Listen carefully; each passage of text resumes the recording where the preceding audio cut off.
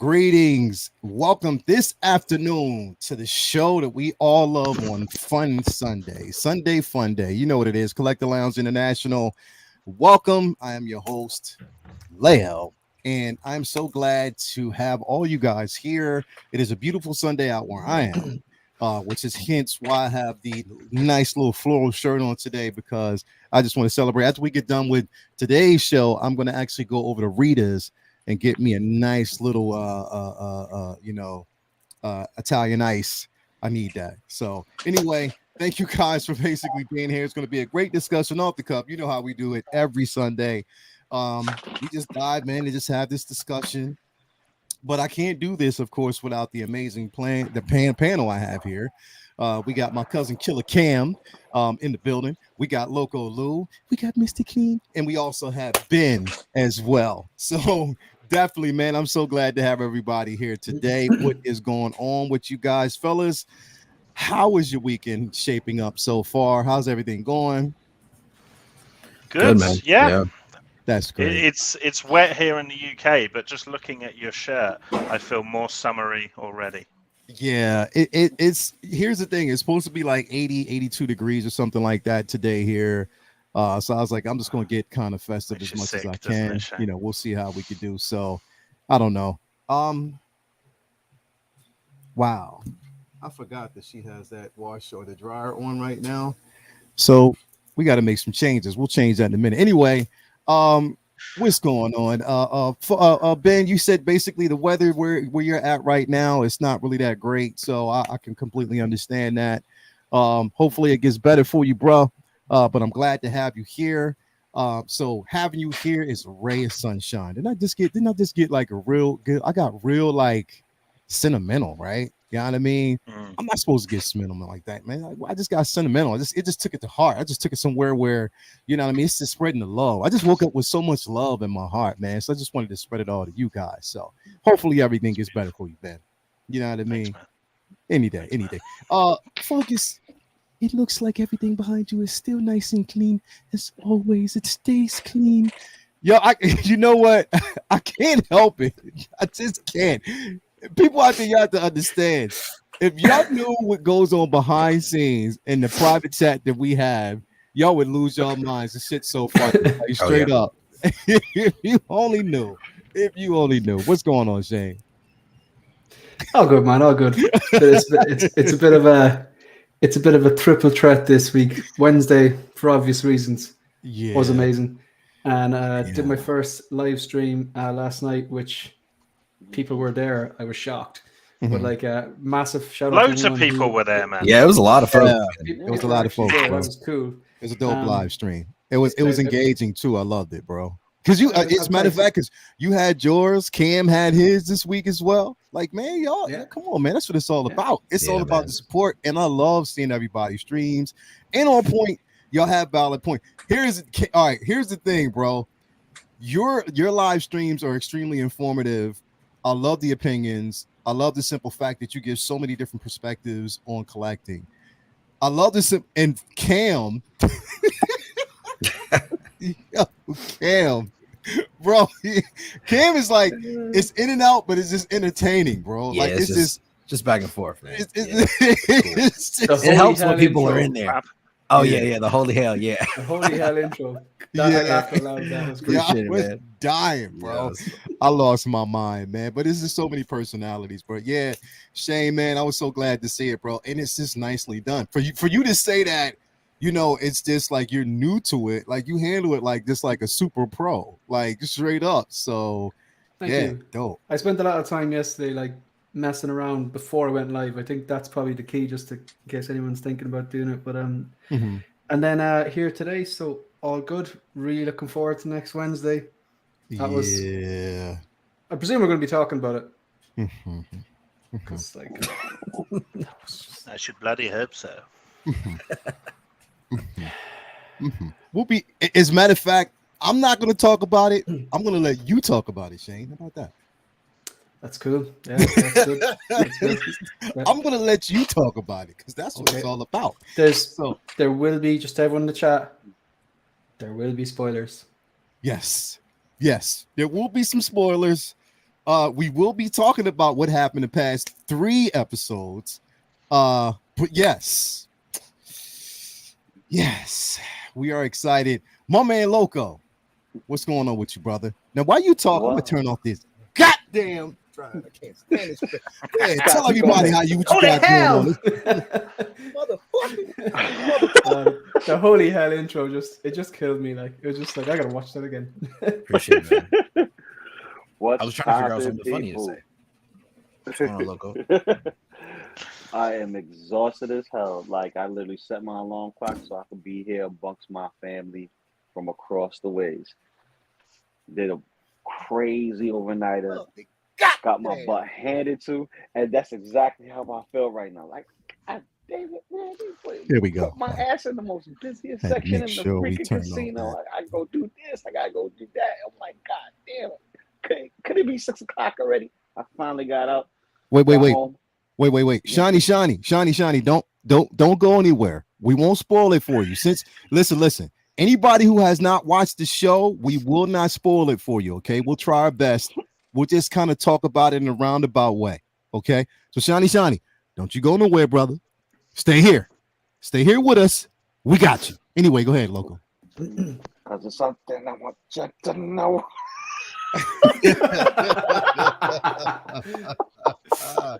Yeah, right. Yeah, but I set my alarm so that way I could be with my family around the ways. Then after this show, I'm gonna take my ass right back to bed. But yeah, man, I'm glad to be here. Yeah, man, so good to have you here, bro, and always with the turtles, man. I swear to God, there's no. Well, I saw you looking fly. I had to go and get fly too. Shoot, I just woke up. I said, "Oh, you know what? I'm a part of the no pants crew, but I might as well put the shirt on." You know what I mean?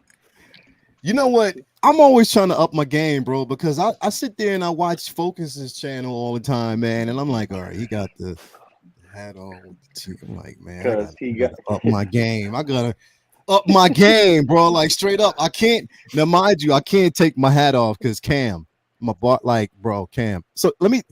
All right, I saw your post too, and it was like, I was like, yo, somebody got to fix me, and I'm like, oh no, yeah. So let me. Before we jump in, right, and before I let Cam go, listen, loyalty is a must, and sometimes loyalty, you have to remember, when you're not as loyal as you say you are, can bite you in your ass. I am loyal to my barber, but it just so happens that before I went to Celebration, the barber was in attendance. Like, he had to go away, so I had to go to another barber. Okay, now I thought this barber was cool, right? And here's the thing: when you get your hair cut, sometimes you are just so enamored by how it looks that you don't really pay attention to detail. And when it starts growing back, it lets you know. So it was cool the first couple days, but once that 3rd day hit, it was like when you start seeing it grow back, and you're like, wait a minute, why is it hair growing in that spot? I'm like, wait, it's supposed to be here. Why is it wait? This motherfucker took my hairline so far back. I swear to God, he took it from Let's see it to Egypt. Nope. Let's see it in the chat. If for $20, we'll see that receding hairline. Like, you have to put a lot more than 20. Trust me. Like it's a lot more. Yo, he took my hairline. Yeah, he gave you the Mikey. Like damn near. You know what? Like, he took it back, bro. He took it back. Like, I was like, yeah, I was so pissed. And then the thing is, it's like, I don't really like people touching my facial hair either. I don't know if he just had a problem with me, but this motherfucker took my hairline back so far. I was like, you know what? Yeah, I'm gonna have to wear a hat for a few weeks. And the thing is, I messaged my barber and I was like, look, I'm sorry, bro. You know what? This is what happens. He sent me back. And if you probably looked under that same thing, my barber, his name is Kels. He sent me back a meme, and it was the meme of somebody putting a bowl over top of somebody's hair and then cutting around it. I was like, yo, my barber did me dirty. Yeah. He really did me dirty. Have you ever had, and people out of the chat as well, have you ever had the experience where you go to the barber and it's quite busy? So there's maybe like 3 or 4 people ahead of you. And then you sit down, and then, you know, more people come in. There's like 5 in the queue, and there's like 3 barbers. And there's one good barber, and there's one okay barber, and there's one who's like, I know he's bad. And then like it comes, you're trying to time it, going, okay, he has the fade done. He's just finishing off the little bits. So he's going to go, and then that person there was in front of me, and they're going to go there. And then you get that experience. You know where this is going, where you're there. And then someone the bad barber turns around and go, okay, who's next? And everything. But you're turning on. You're like, nope. Yo, and that's the thing, is like, you don't know it because you're sitting in the chair, right? And you wonder why. Okay, he has one person in there, but when he's done, there's vacancies. Like, nobody's going to him, and ain't nobody looking up. And it was funny because when we were in there, like, everybody was talking and conversating, but once he got done, everybody reading something. They was reading something. Everybody got a book. Once the conversation once the conversation just ceased, it just stopped. As soon as he got done, everybody was like this, and I was wondering why. And he was like, "Anybody, you know, is everybody just walk-ins and such?" And I was like, "Fuck it. Hey, I'm cool. And I suffered because of it. Never again. I was so tempted to go back to that barbershop and say, yo, I need my money back, bro, because what you did to me, like, literally, I can't go outside. I got to wear a hat the rest of the week for maybe 2 weeks until it grows. Yeah, Cam. Cam, anyway, man, how's your day, bro? Good, man. It's good, man. You made me, when you was talking about that Rita's, I kept thinking about a gelato. And I was like, damn, man, I should pull up, go grab one. But my daughters love those. But no, man, I've been having a good day, good week. Everything is cool. Mm-hmm. The worst part is about the barbershop story is that you ever like got a haircut from a barber and you just look at it and you be like, all right, bro, how much I owe you? Because you're just trying to get out so you can recut your own hair when you get home. Because you like, bro, this looks so trash, but I don't want to like disrespect this man in front of all these people because he's gonna lose his job probably. I'd be like, I've done it. You done it before? I've literally, no, bro. I literally got up from the chair and I said, "You not touching my head ever again." I went and sat into the next man's chair. I said like this: "If you could fix this mess up that he did, I will pay you double." And I paid him double. He hooked me up. That's crazy. Yeah. There's a reason I use a barber called Gillette Mac Free razor. That's my barber. That's what I can always rely on him. You can rely on him. Yeah, it's going to go that route pretty soon because I could feel my hair thinning in certain spaces, and I'm like, you know what? I can't hold on to it that much longer. I'm gonna have to let go pretty soon. Not all of us can have pretty hair like Loco Lou in Focus. So you know what I mean? Like this. You see, I can't. I just put it up just a little bit. There it is. Anyway. Everybody out there, thank you so much for being here with us. We got Brandon Sal in the building. Triple G Comics is here. S Beam, Lynn H, Figurassic Park. My man, Figurassic Park all day, every day. Mind you, yo, everybody, we got some key. Yo, Loco, we got some of the marquee Figure Flex Friday individuals in here that be killing it. Figurassic Park is in the building. H Green is in the building. We got so many people actually out there, man, that be killing it. I'm not gonna address them. I'm just gonna let them pan it to me because I'm sorry. Matt Mix is in the building. We got Freezy Figures, Ryan R, 6 Scale Padawan. We got Bob Dylan is actually in the building. Shiny. We got Mike Mansell, #1 is in the building. Louis Labitz, Big Collector. KG Smith is actually here. We got H Green, Michael Rokes. Is that Michael Orozco? Is actually in the building. Oh yeah, DT Hartman is in the building. Let's see here, man. We got quite a few. Calvin Williams is actually here. My man Ryan R. Tyree is here. Real Limes is in the building. Renz Talentino, as always. Artist extraordinaire AJ Agrusa. Latoya T, my baby's in the building as always. Baby Nose is out there. Her nickname's Baby Nose. We got 6 Scale Pad on. She's gonna kill me for saying that. always set myself up. Anyway, man, thanks everybody for being here. But you know what? Without further ado, let's just dive into the first discussion here. Yeah, this is something that was a brand new release. I know, Focus, you basically had it on your channel yesterday. We've been talking about it. I know a ton of people are really anticipating this figure. And it begs to have a conversation. Now, mind you, before we jump into this, I want to say this really quick.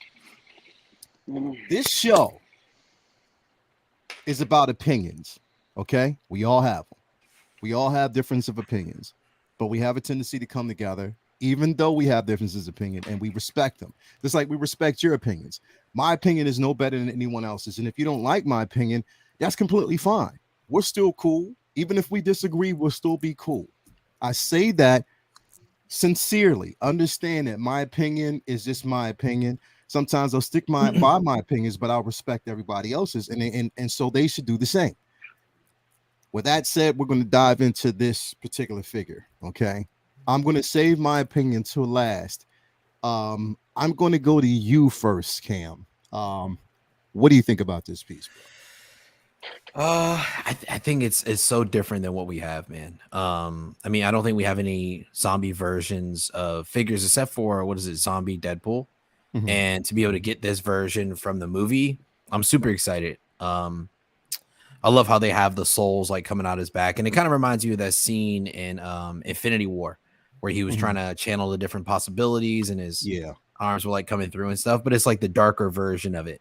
I'm excited about the wings and the cape, and even like I don't even know what they're called, like the belt tassels, I guess you say, because they all look wired. Everything looks wired. So it just gives you so many different options for, different poses and stuff. Though in these photos we didn't get anything else teased about anything else coming out. I'm still excited about this figure though. Definitely. I think it's gonna be great. Yes. Okay. Yes. With that basically being said, Cam. Okay. Yes. How do you feel about that $385 price tag, bro? The $385 price is not something I'm excited about at all. Matter of fact, I talked about that the other day. I was talking to Spice Runner about it, and he had texted me and told me about the price, and I was like, $385. I mean, I just feel like inflation, man. It's just it's steadily happening, and this might be honestly I think this has been the price of the last couple figures we've been seeing from this series, honestly, in this $385, $350 range. So this might be the new normal for Marvel figures if they're coming deluxe with all these accessories too. So honestly, I'm kind of scared to see if they drop that Vulture, what that's going to be like. Because if this is going to hit you $385, that's going to and that wingspan on that, oh man, this $450. It's easily all right. Easy. If that, honestly. So easily $450. Ben, since you chimed in on that, what do you think about the figure, and what do you think about the price point? I'll tell you, my first reaction is I was actually a bit bummed that this was the next figure in the line, and not Wong, not America Chavez. Like for me, that needs to be happening first. Like, but it's same old Hot Toys, and I get it, because they want to make money, and this is what makes them money. Those lead characters and stuff. But my kind of initial reaction was one of frustration, to be honest. But then I had a word with myself, looked at the figure, and was like, "Fuck me, it's gorgeous." It literally, like, the level of detail is to the point where I actually think this looks better than the actual film. And one of my criticisms of the film was the some of the special effects didn't hold up. So like I'm always kind of an advocate for like practical effects. So seeing like a physical constructed little demon behind him or whatever, like, and then seeing multiple versions of those all around him, like, it just looks so great. Like and I think in terms of the detail on the face and stuff, like I just think it looks really cool. And whilst I'm frustrated that it's another Doctor Strange, it is different. It is something different, and I I'm always much more drawn to kind of figures that are different, whether they be a different alien species or monster or whatever it may be. And this certainly fits that mold. So yeah, I think it's I think Figurasic labeled it a masterpiece, and I think that it's hard to argue with that. The real estate this is going to take up if you want those wings out, though. But what people can start doing now with these amazing pieces is you can have those larger module cases. You can dedicate a whole one to, your Vulture, your Doctor Strange, Demon Doctor Strange, Dead Strange, or whatever he's called. So, I think it's going to be a real special piece in someone's collection. But when I say special, it's going to be special because that's probably the only one they'll be able to afford all year. Because this price tag is a lot, but yeah, it's a special piece, and I think if you're passionate enough about the film, and I know people are because those reviews have been so mixed, there are people out there. I definitely think there's a market for it. I think it'll do really well. It's not something that they'll ever redo, I don't think, ever. They're never going to reissue this. So I think if this is something you want, then snap it up. It's a beauty. Yeah, definitely. I'll wait. Shane, I'm gonna save you for last because I know you talked about this yesterday, and I think that we kind of agree a lot when it comes to this. But Loco, what do you think about this figure, man? Like, what are your thoughts about it? What are your thoughts about the price point? All right, first and foremost, the figure, it looks great. It looks wonderful for a zombie figure. The second one that we got officially ready to get out the woodworks. Obviously, this one's like live action. It's not your zombie Cap, which we're still waiting for to be released. But just like the Deadpool, it's gory. It hits those horror vibes, which is cool. That's more horror themed. Hot Toys normally doesn't do horror themed characters until recently with like Pennywise and such. But that price point, you mean to tell me they went and grabbed grandma's pantyhose out of the trash bag and threw some freaking bendy wires in that bad boy, gave us some how can I put this without being insulting, some Tales of the Dark Side skeletons and glued them together and called it an accessory piece to go on top of him and then make it into a base and then give us only 4 sets of hands. Are you out of your damn mind? Like, the details there, but like Doctor Strange came with a whole lot more. This is, in my opinion, bare bones. My opinion, bare bones. Like, granted, there's a lot of detail in there. But I think that they're flexing their prices to quote unquote compete, and they're competing in a different way. They're like, oh, who could put up the higher price versus who can bring up the best quality for the affordable price for most of us who's still trying to stay in the game. Because right now they're outpricing their customers. And that's my opinion. Because he's pricier than what was it? Sam Wilson. He's pricier than Sam Wilson, and Sam Wilson has that technology of wings that we have yet to see that we're gonna have in hand.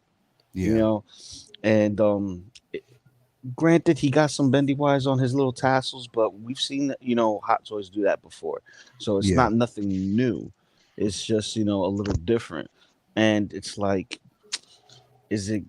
where's the money going? Is it just a Marvel tax? Because everything that's come out from this Doctor Strange film, the price has been going higher and higher and higher, and it looks like where I'm gonna tap out is coming very, very soon. And this is one of those figures that gives me on that area, like, Loco, you're gonna have to put some points on this if you actually want it, or you're gonna have to watch this until it blue screens or something.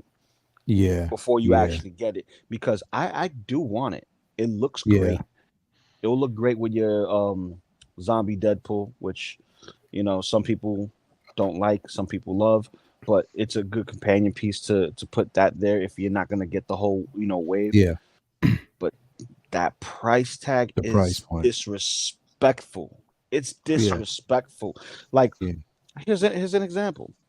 Look at this beautiful, horrific piece, because some people hate the design, some people love it. I just so happen to love it.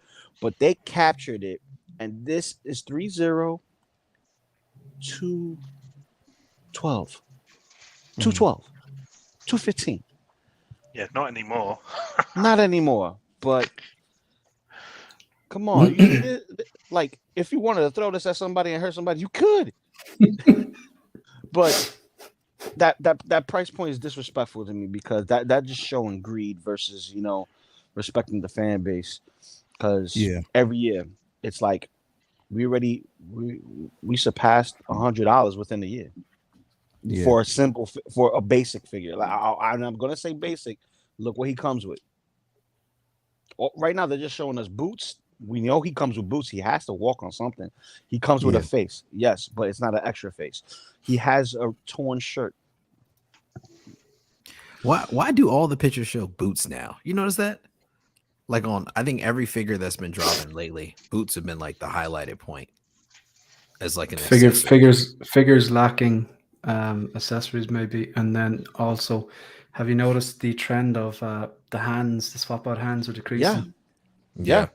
Yelena had like 3,000 hands and no actual accessories, and now this one has even less accessories if you talking about number count, and then you got 6 hands. Here's my thing, man. Like, all right, number one, real quick before focus you go, it's a beautiful figure, but there are certain inaccuracies to me. One being the hair. That's the only thing to me, because he looks like an emo Dead Strange, the way they have the hair. Again, he did have a ponytail, but I don't remember these strands. I mean, maybe it's just be me nitpicking this way, but I think that they need to really touch up on that hair. Now, I made a comment on Will's show that, now, mind you, when I say this, and I don't want people to think that I'm blaming InArt, because I'm not, but InArt's set a price. They did set, somewhat, they said that their figures are going to be competitive. Now, it's not the place to blame on them, because they just set the price according to what they're delivering. Okay. And I know that a lot goes into material, production, this, that, and the third. So I don't want people, I just want to bring this back. I'm not blaming InArt. But I did say a few weeks ago that I was afraid that the prices that they're setting is going to cause Hot Toys to look at this and be like, you know what? If people are going to buy those figures and they're going to support, and it's just basically like this big, huge response to what they're delivering, then why can't we also raise our prices? Now, everything in the Strange line is from this Dead Strange, to Wanda, to the Strange that we actually got, the first Strange with the updated suit. All of those figures are over $300. All of them are over $300. Each and every one of them are over $300. Okay. I mean, my thing is, yes, we know that Hot Toys can bring the quality. And people were basically trying to justify it by saying, well, it's because of the head sculpt. It's because this, that, and the third. And of course, inflation. But people have to understand that the price. No. If we basically see, the thing is, it's like we're making excuses for that price point. We're saying that it's okay for it to be $385, and we're justifying it being $385. There, new collectors coming into this, I want you to understand that this is not how prices used to be. It's not. This is not how it used to be. This is not the price point that used to be set. There were days, even like in earlier collecting days, you could get like, a Hot Toys figure for like $120 or $125. Yeah, they were cheap back in the day. Now we've gone from that to over $200, which I mean, okay, cool, we can understand at certain points, but now we're pushing like this after shipping and taxes will be well over $400. Well over $400. This isn't a die cast figure. There's no die cast in this at all. Maybe some wire. Bendy wire. Yeah, bendy wire. Yeah. Maybe that. Yeah. Guys, what's a buck? What's a buck? $100. So it's $120. Wouldn't that be right? Okay. So if you said $120. Yeah, $120. That's it. Confused. Like, but like straight up, like it does not justify $385. And to each their own. Like people, yes, I completely agree. This is going to be a Grail piece. It is. Yeah. It'll probably end up being a Grail piece. Yes. But at $385, if we're voting with our dollars, if we support this price, then they're going to continue to put out figures at this price. Oh yeah. That means that some people will be like, you know what, I'm getting one figure a year. Straight up. Yeah. If with inflation and everything going up, one figure a year. That's where we're actually headed. And I just, in my opinion, and it's just me giving my opinion. My opinion does not have to affect yours. It does not have to change your perception of this figure, or even if you're getting it or pre-ordered, that's fine. But $385, in my opinion, is just, it's not justifiable. Oh man, Leo said it, so I'm not gonna get it. Oh man. Yeah, I'm not gonna. I'm exactly, man. I'm not telling you that you. I just don't think that $385. I mean, that is way too much money, man. Like that to me is way too much, and I hate for new collectors coming in to see that because it just doesn't make sense to me. You know what I mean? But at the same time, it might be cool for others if you are getting it, and if I get it, definitely I'm using some points. I'm using points to bring that down, as much points as I can possibly use and utilize to do it, because I'm just not digging. I'm really not digging that price. Shane, what do you think, man? A lot of it's been covered already, but first of all, like, just want to recognize that myself and yourself, Leia, we had a few weeks ago on the show had absolutely polar opinions on this movie. Yeah, like. You know, and like I listened to you and you listened to me, and even though we had polarizing opinions, I felt at the end of it you did give me a nod and went, yeah, it's fair enough. We just disagree in it, and like, and that's just the way it is, and that's what's the point of having a panelist for all going to be saying the same stuff, like exactly. You know, so like we had absolutely polarizing opinions on this movie.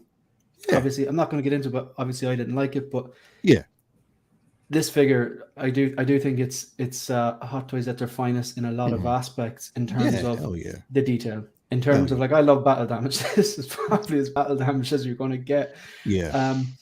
I agree with Ben. I think one of my gripes with the movies was the maybe it was done intentionally.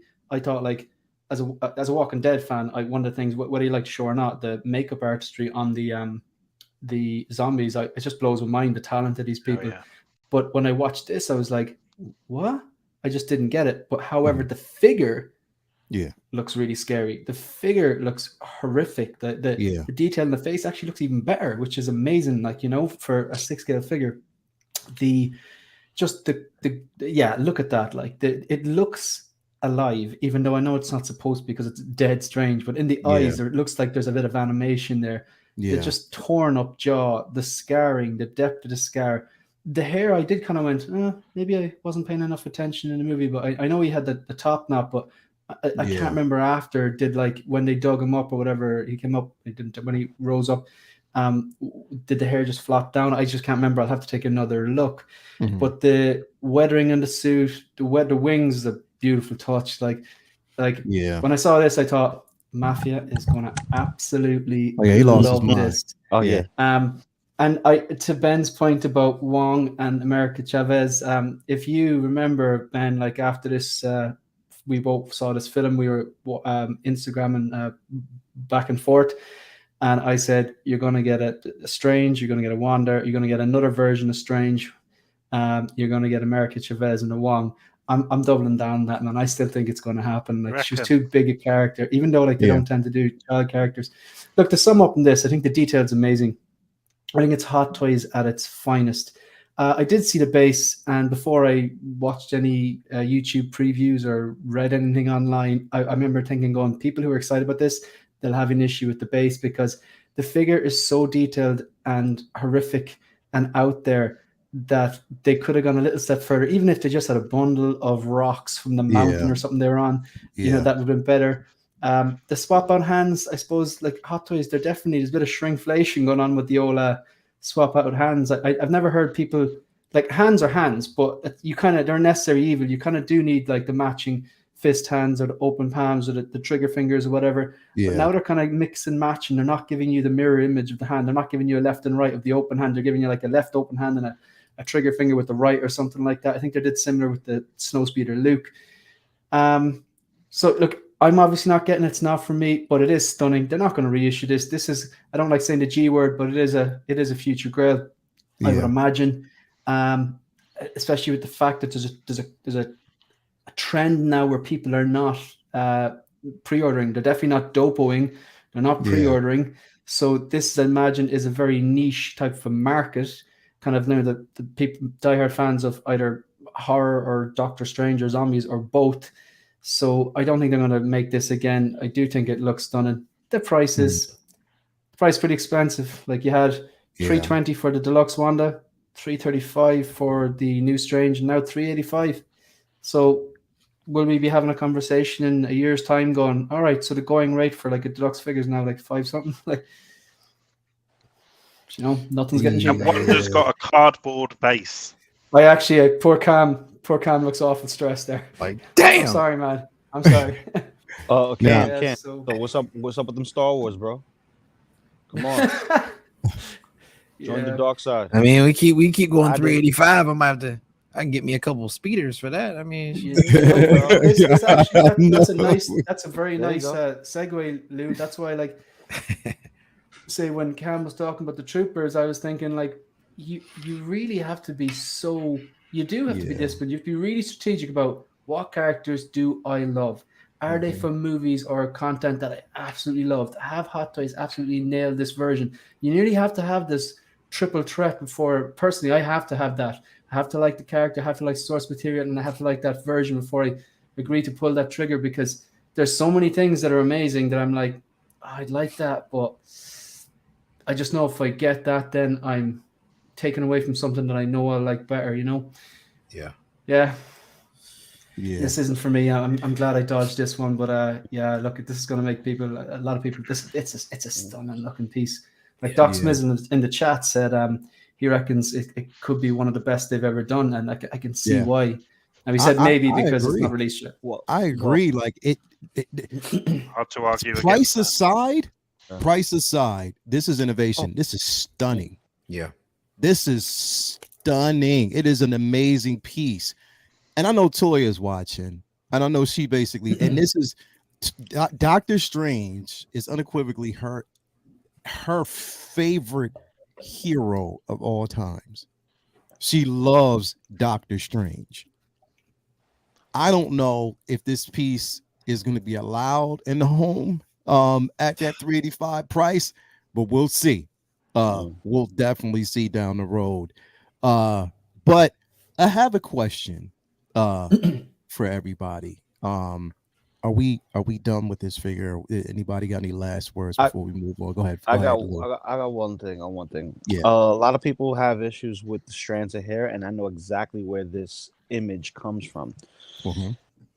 Do you guys remember when we first saw Doctor Strange Multiverse of Madness, and we got our first glimpse of this guy right here? When you saw him emerge, we thought he was null for a second, and parts of it was the hair that was giving it away, because it was flowing, like strands was flowing in front of him, giving him that vibe. And then you saw the blackness come out, and then the arms out. So that's where that strands of hair comes from that trailer. So just like most figures, you get the pre-production product, kind of like right here, for example, the 3-0 Turtles. This is all before the film was even out. They got the details from the studio, and they made final adjustments and they weren't able to get it in time. They had to push out the figure, and it was already in production. So this might have fell along the same lines because that film was pushed back. So I don't know how Hot Toys, kind of like could have tweaked it a little bit more, but it looks like this is the rendering from the trailer that we got, because no one complained about the trailer. Yeah. But when you see the film, everybody's like, "Oh, the CGI is a little, off. Zombies is off." Yeah. But that's where this comes from. But after that, I got nothing. So still looks great. I'm gonna have to. It looks great. It's not going to be something as high on because I'm just me myself. I'm really. I'm in Star Wars mode right now. Literally, like after going to Celebration, I said this before. I'm really in Star Wars realm. I'm a comic book fan. Always will be. Always have. Always will be. But for the figures, I just I'm just tapped out with the movie accuracy. You know what I mean? I'm tapped out because it seems like I'm just paying for an actor's likeness. You know what I mean? That's just the way I see it. Again, I have to stress it. I hate keep saying this. It's my opinion. It's just my opinion. I hate that I'm paying for an actor's likeness, you know what I mean, from an actual film. Now, people are probably going to say, well, you're doing the same thing for Star Wars. Here's the difference. Star Wars started with these particular actors. It started with Harrison Ford. It started with Mark Hamill. It started with Carrie Fisher. You know what I mean? It started with those individual characters that later on were adapted in the comics. So the foundation was the actors first, the likeness, but it was more so that when you see that actor's likeness, you see the character. The character was represented because that's how it started. With this, all these characters were started from comics first and then adapted into film. And we've gotten variances. Sometimes the story has actually changed. This is why Ben and Shane, like, I even went back watching the film. I understand your argument. I definitely understand your argument. Number one, where a lot of the story, the influence of the story didn't, put it this way. Somebody said something, I was watching another show. If you know anything about Wanda, if you know anything about, Avengers Disassembled and House of M, her storyline wasn't self-contained. It affected the entire Marvel universe. It did. The entire Marvel universe was affected, from mutants to the Avengers to it was affected. Whereas in this film, Wanda's story was contained in just a Doctor Strange film. We don't know what else it affected, but so far it was just contained in this film. There was a lot of things that were changed about even Strange's narrative from comics to film. There were so many different, and I get that. I think that the reason why I enjoyed it is because there was still certain things that I thought I would never see on film. And that's where I kind of see it. Not saying that the film is not flawed, because it is, just like any film is flawed. But man, again, I'm just myself, I'm kind of tapping out because I'm sort of tapping out. I'm still questioning because, again, like, this $385 price to me is just, it's hurtful, man. Like, because this I'm tapping out fully. Yeah.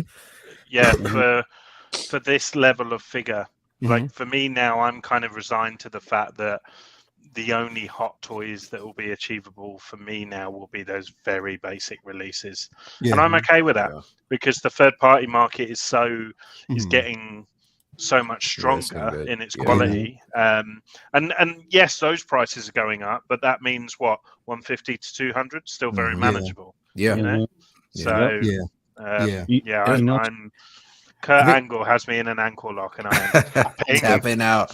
I think I was gonna say, like, this is literally $10 shy of that Punisher War Machine. This is Iron Man prices we're talking about here. It is. That's what I'm saying. This is Iron Man prices, man. And that's when people say that, you can't look. I'm not justifying this. I'm not going to continue to justify this price with head sculpts. I'm not going to continue to justify this price because yes, it's an amazing looking head sculpt, but you also got an amazing looking head sculpt with Two-Face. That was innovative. That was incredible, and that price was nowhere near this, and had decent amount of accessories.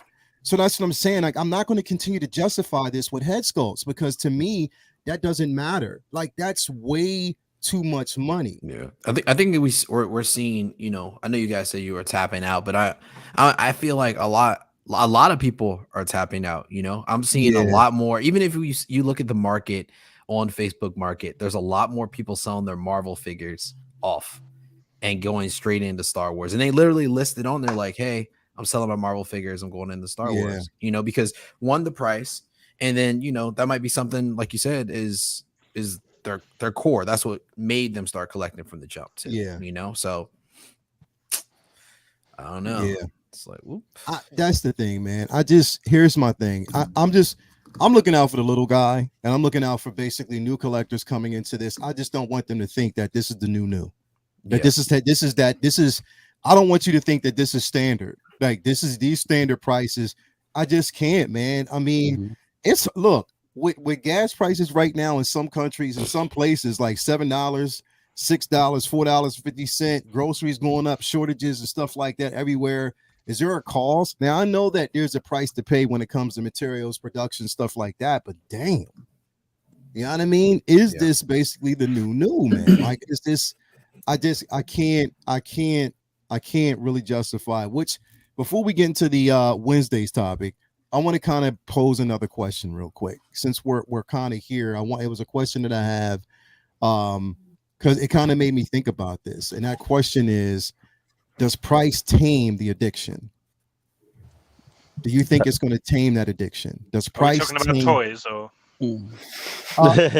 We're talking about. So glad you said it, mate. Okay. We're talking about toys. Does price tame the addiction? Like, we see the prices for these figures, or we know we want certain figures, but then we have to also look at the price point. Like, for instance, I was never going to get that Gandalf anyway, because I'm not a Lord of the Rings collector. Right. But that price point, when I look at it, I'm like, whoa, that's kind of high. And it wasn't a lot of accessories that came with that figure. So what do you actually, okay, we're paying for the rooted hair. Okay, we get all that. We understand that. But does it tame the addiction? Does it cause a person to think, or do you think it's just a person who's out of control? They're just going to do it anyway and not really care. Like and I can only speak to like a few people, even out there in the chat, people, I want you to answer this question does price, when you think about these prices and how much is going up, does this somewhat tame your addiction to like these collection or collecting, like not so much of addiction, but does it kind of tame your wallet? Do you get to the point where you're like, you know what, I got to keep myself controlled, a level of control, and just really think about it? Or do you not care? Do you think that this, do you think that prices like $385 for this Strange is justified? I would really, really like to know, people in the chat, if you can kind of chime in. What do you think? I'll start with you first, Shane. What do you think, man? I think price does it does matter. Like, it absolutely does matter, and it does copy on as well. Like, I mean, that's coming from me. Like, I'm a pretty disciplined collector. Like, I just rule out IPs. I just like Clone Wars. Yeah, I'm watching them on season 3, but even if I love it, which I'm sure I will, I'm not getting into that. Sequels, don't have to talk about that. I just didn't like them. Not getting into that. Mm-hmm. There are numerous different, like the book of Boba Fett, like Fennec Shand, great figure, but I'm not going to pick it up. Like, as in, with the price going up, and everyone has a fixed amount of income unless you're absolutely loaded, and everyone has a fixed amount of space again, unless you have like a mansion or whatever. The best advice I would give to any collectors out there with these crazy prices is to just like do a brain dump. Take a pen and paper and just for like 5 minutes write down every figure you want, no matter if you absolutely love it and it's the one you're definitely going to get, or if it's one that you're just going to go, oh, that looks pretty cool, and just do a brain dump on the page, just like for 5 to 10 minutes, every single figure that hasn't been released that you're thinking about ordering. And then after that, maybe there's 10, 20, 30 figures on the list. Rank them, and then leave the list for a day or two and come back and re-rank them and keep going. And then after that, concentrate on the top 10%, because the top 10% are the ones you really want. Mm-hmm. Just be a bit disciplined like that, because it's like you can't afford everything, and I can't afford everything, and nor even if I could, I still wouldn't buy everything, because there's some stuff that I just really don't like. Like, I just rule out the Marvel TV shows. Like, it would take a really out there, like, high standard Marvel TV show to really suck me into doing that. But I'm kind of ruthless when it comes to what do you like. And I've said it before, when it comes to Star Wars, it's original trilogy, Mandalorian and Rogue One, and now I have to say Obi-Wan. It's thankfully in that quality category. Really, really happy about it. Yeah. When it comes to the MCU, there's a lot of duds there. Those movies that the only time I'll watch them is if someone says, "Come on, we watch all the movies from start to finish," and I just didn't want to skip anything. But it's just you really, really have to. It all comes back to getting what you really, really like and not getting sucked into FOMO. Will you like this in 5 years' time? Yeah, do you know what I mean? Definitely. It's that simple. Like, you don't sell figures, like, and I think in total I've sold maybe in my whole collecting lifetime 4, and the only reason I did that was because there was better versions on the horizon. I sold the DX2 to get the DX19. That worked out for me. It's not always going to work out. It actually didn't really work out for me. The DX02, I worked backwards. I overpaid drastically. I took a massive loss, but I still have the DX19, which is a nicer figure here. Like, you're not always going to get it right, but I think that's it. Write your list down, rank your list, re-rank your list, and just concentrate on the ones you actually like, so you don't end up buying stuff just for the sake of it. Definitely, and reevaluate. Brendan Salad said, seeing the price go up definitely makes me be even more selective. I'm quite selective as is. I think that's really a lot of people. Also, we have a $5 super chat by Bird. Thank you for that. Do you think part of the high price points for figures is due to trying to reclaim the money made by resellers on the secondary market? You know what? Could be. That could be. That could. There's so many aspects that go into it. I mean, we're talking about inflation, of course. We're talking about the price for materials now, that they might have taken losses, and I think they're taking even more of a hit now with the simple fact that a lot of us aren't pre-ordering these figures. You know what I mean? Like, there's a lag in that because people aren't paying those prices anymore. And sorry, I don't mean to interrupt you. Could I just address a chat there? This Cruz just said, like, but y'all just paid 1,000 for 2 Jokers. No, I didn't. But that, I did. But actually, I didn't. Sorry, I paid $724 because I had a 20% off discount code. So that was win. If it turns out well, but like, that's the point. Like, that's the point. I could afford to do that because I didn't get sucked into other things that I liked, but it didn't reach the criteria. That perfect example. Falcon the Winter Soldier. I wasn't gone on the show. I watched it. It was entertaining. It's fine, but I didn't go back and rewatch it. But that piece, that Captain America with the wings, that is stunning. And that's going to pop on the shelf. But if I get that, I got to get the Winter Soldier too. So I was like, no, I just can't justify it. Yeah. And all those decisions where you really like something and you go, no, I'm going to knock that back. I'm not going to get that. That is why I could afford to drop $724 on the 2-pack Joker, because that would have been in my 10%. Mm-hmm. Maybe not everyone has the same discipline. You know what I mean? So it's not as if I can afford to do that. I cannot. I can if I spent it, but it comes with planning. It comes with saving. It comes with like payment plans and, just being strategic like that. But to be honest, 99% of the time it comes with not buying stuff that I don't actually genuinely want. Yeah, exactly. Also, what choose to have in your collection, what you as the person buying you choose in your collection. Because I originally wanted to get the Joker, but life takes a hold of you and other things become priorities, and that's not a priority. Like, this is a hobby. So in your hobby, what takes priority? What takes precedent? What do you want standing out in your collection? What makes your collection stand out amongst others? And it's not always the competition. It's more of the appreciation. You find someone within your wheelhouse that could appreciate the artistry of the figure, appreciate the fact that you're still holding down something that's been passed down since you were young until now, and it's just evolved with you. Exactly. So, and here's the thing, Cruz, and I get that, bro. You see a lot of people that actually have paid a certain amount of money for that Joker. I didn't pay $1,000 for it. I actually was in a small number of individuals who got in at a deal. I got a great deal on mine.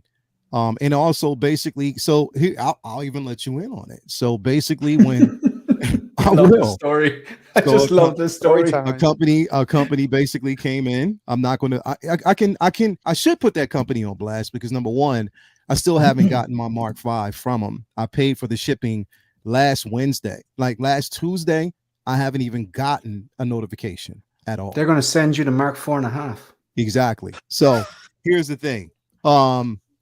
So through this company, I got in when the price point, and which they tried to slide the price point, I think at like 802. It was like 807 for that figure. They had a price point at 807. So me, myself, and Dan over at 6 scale reviews. 6 scale reviews. Cheating ass Dan, CAD. CAD. We actually got a deal on it. And on top of that, to further it, I put down points on mine.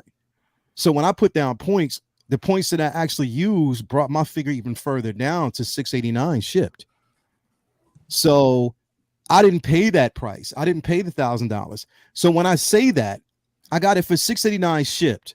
On top of that, so if you compare, let's compare the two. $689 shipped that I got for two figures with a diorama base, metal pieces, gun, stuff like that, versus now with taxes, it'll probably be about $420 shipping for Doctor Strange, for that Dead Strange. You do the math. Who made out better? Me or that price that somebody's going to pay for that figure? So think about that. So I get your point, but not everybody paid that $1,000. You pay within your means, and you have to be strategic about it. You're not going to dip in and jump in on everything. You feel me? Like you. But with that as well. Sorry. What you said? I just like we had similar situations. Like I ended up paying like 724 or something like that. Yeah. But if you look at that for 1,000, I will be honest. Like it's and Cruz, like to the point. Like I'm usually fairly distant, but the odd times to figure I love the kind of the emotion gets the best of us. Sometimes I do buy with my heart, but it's because of staying in my lane and not getting other things that I like. I can afford to get things that I love. But with that there, the prototype images were better than the DXL11 or any other 1/6 scale figure for the Heath Ledger Joker I've ever seen. Yeah, by far. If it doesn't turn out so, hence there's a price gap. If something's better, it's going to be more expensive. But I've never said any different. The images, I took a risk and did put that purchase the same way everyone did, based on prototype images, details, and the videos. And if it doesn't turn out as good, I'll say it straight out, like that I don't like it, and I got burned, and that's just because I think transparency is a big deal. And here's the thing, like I hear people are saying, well, you got to understand, like, okay, I've always wanted that Joker. And I always said that they reissue it, because right now, think about it.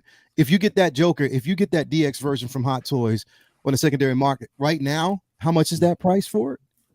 It's up there. It's up there. It's still expensive for that figure. So I was waiting for a re-release. I thought that we would actually get a re-release from Hot Toys, considering the simple fact that we just got the DX.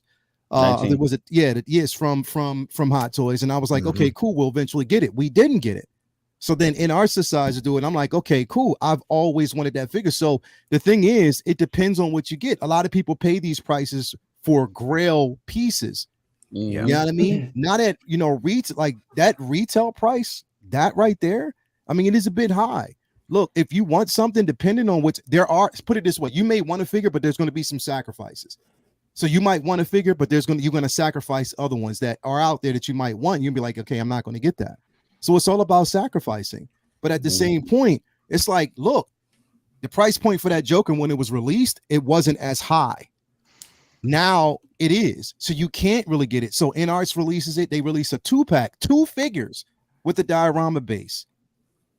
And it's their first. Now, mind you, I didn't say that I'm going to continue to pay those prices, because once I've heard about the price for that that Gandalf, I checked out. I was like, yeah, I'm not doing that.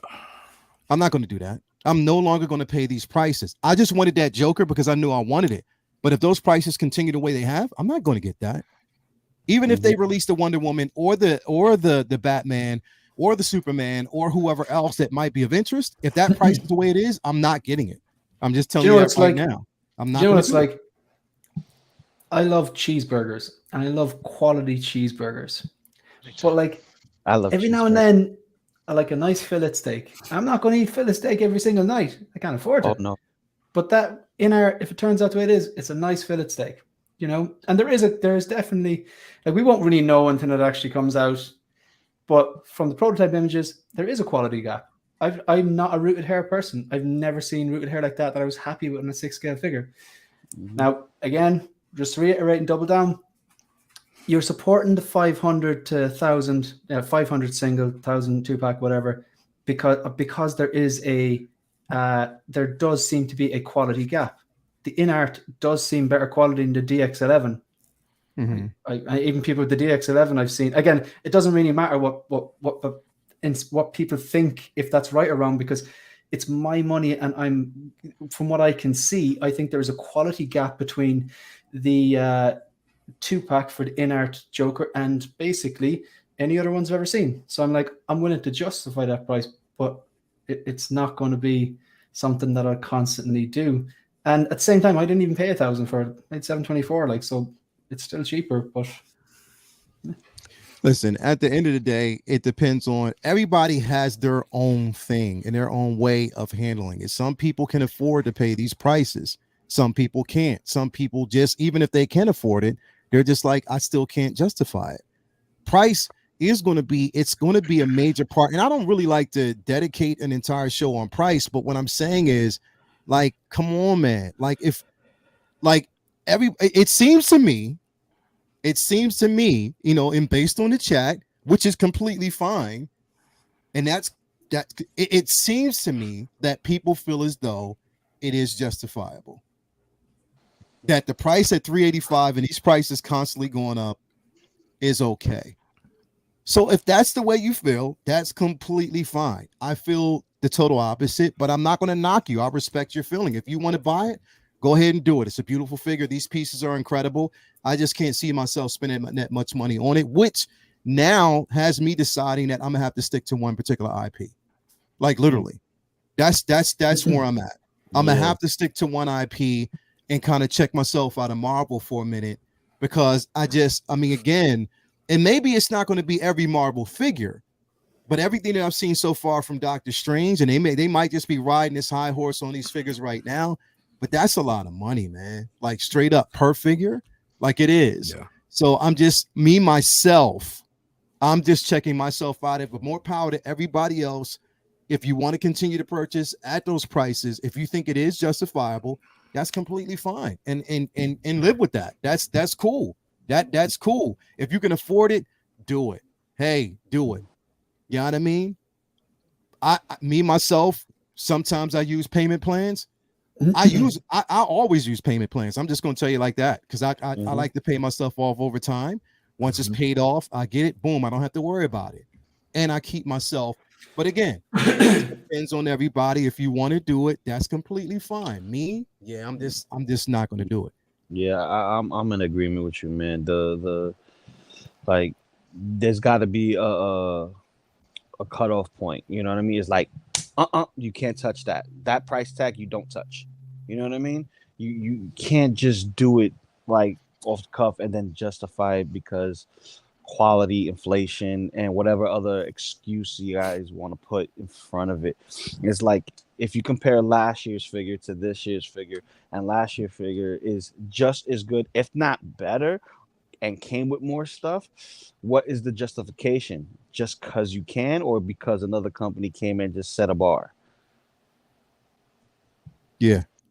Listen, If I wanted hair, man, I'll buy a Barbie. You know what I mean? I'm just saying. That's just me. You That's just already me. have 10.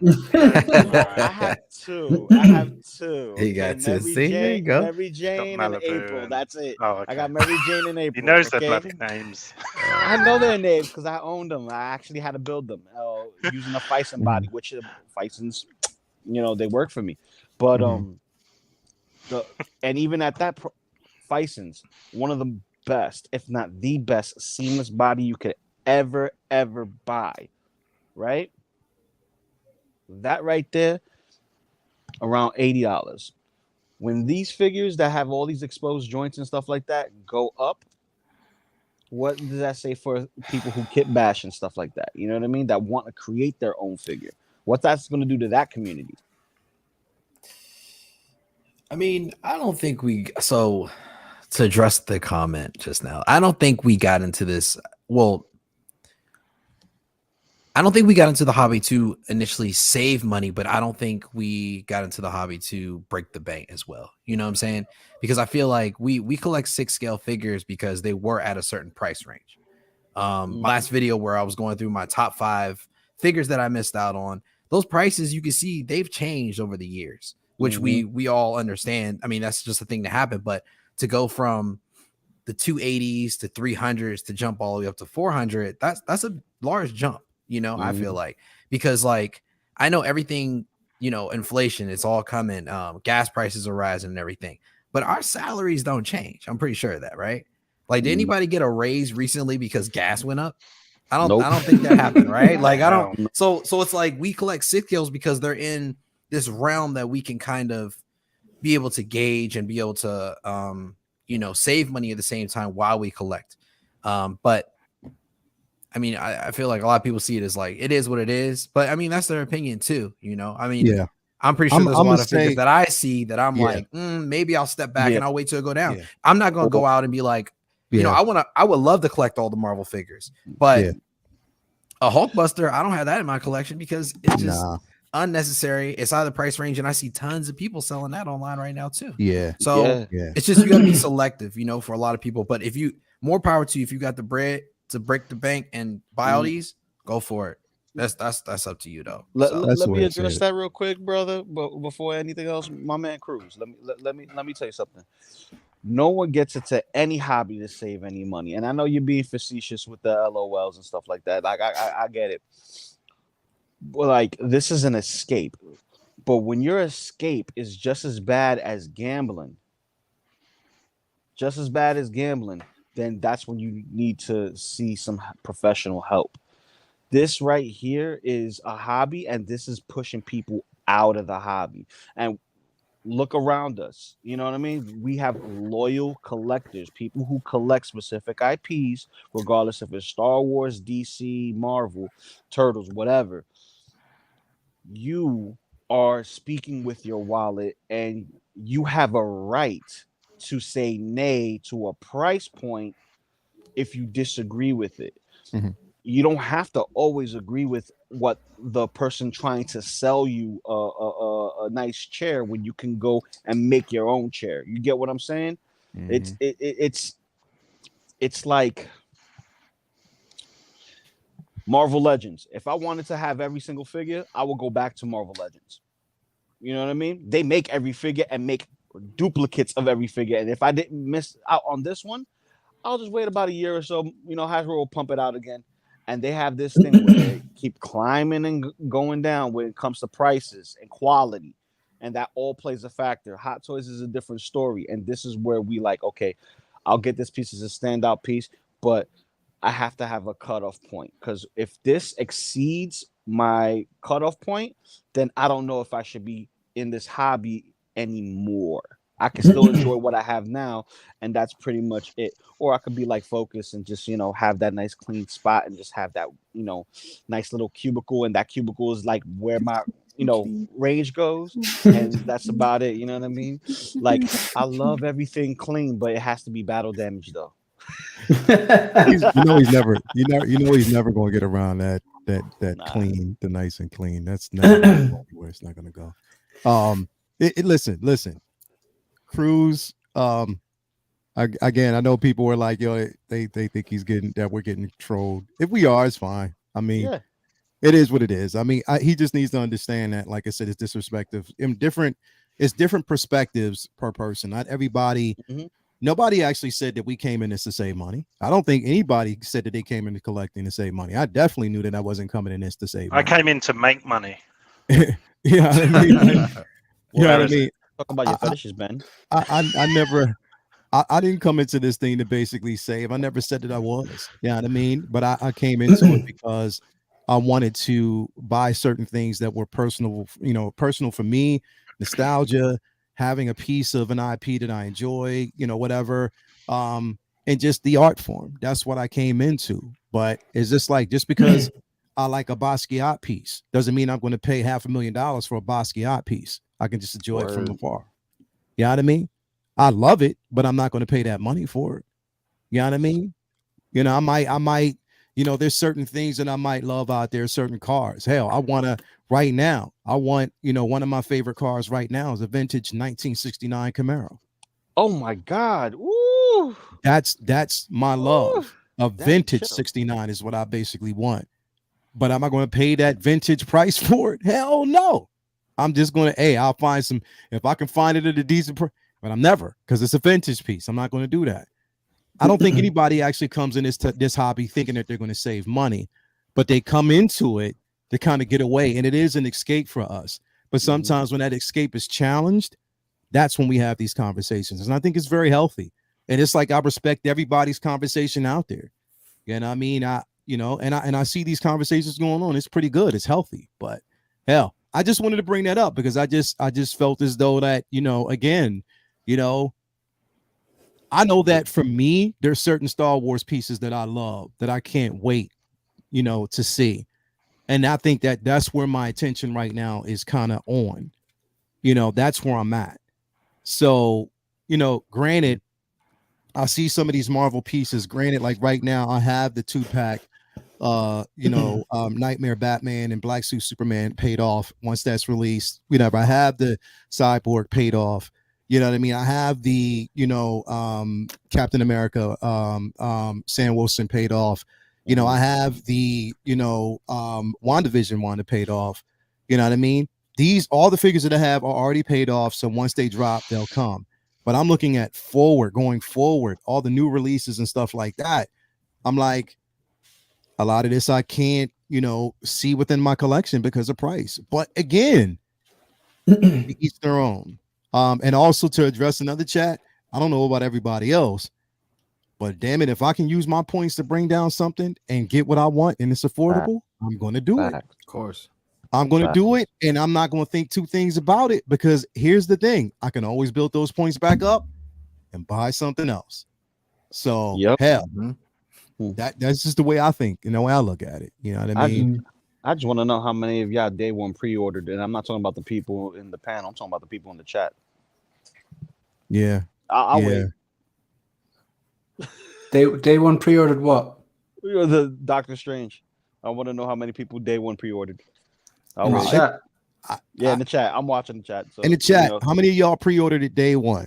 Did you get that Strange day one? And if you did, I'm happy for you, honestly. And that's not even being sarcastic. I'm happy for you. I just want to know. I can't wait to see people's reviews.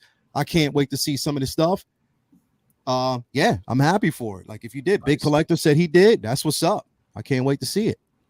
Joker. Yeah, I can't wait to see it. Basically, so yeah, to each their own. Anyway, let's move on from this discussion. We're going to talk about something else. Now, here's the thing.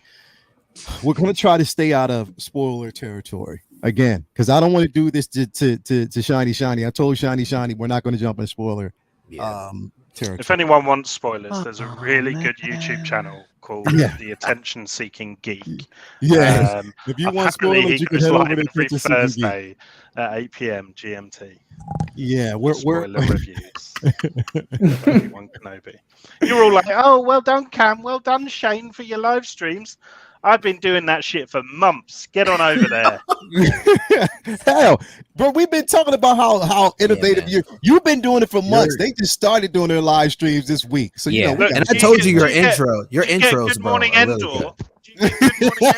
Yeah, like they need to see the Ewok news because that stuff just cracked me up. I can't do it. That's the thing, bro. Like you're a step ahead of everybody else because you actually go the extra yard and just really get in the character, bro. And that's the fun. That's dope, and I love it. That Stranger Things episode that you did. You were Dustin. I was like, yeah.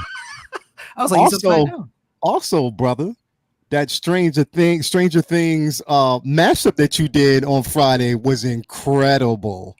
It was incredible. If y'all haven't seen it, check out Figure Flex.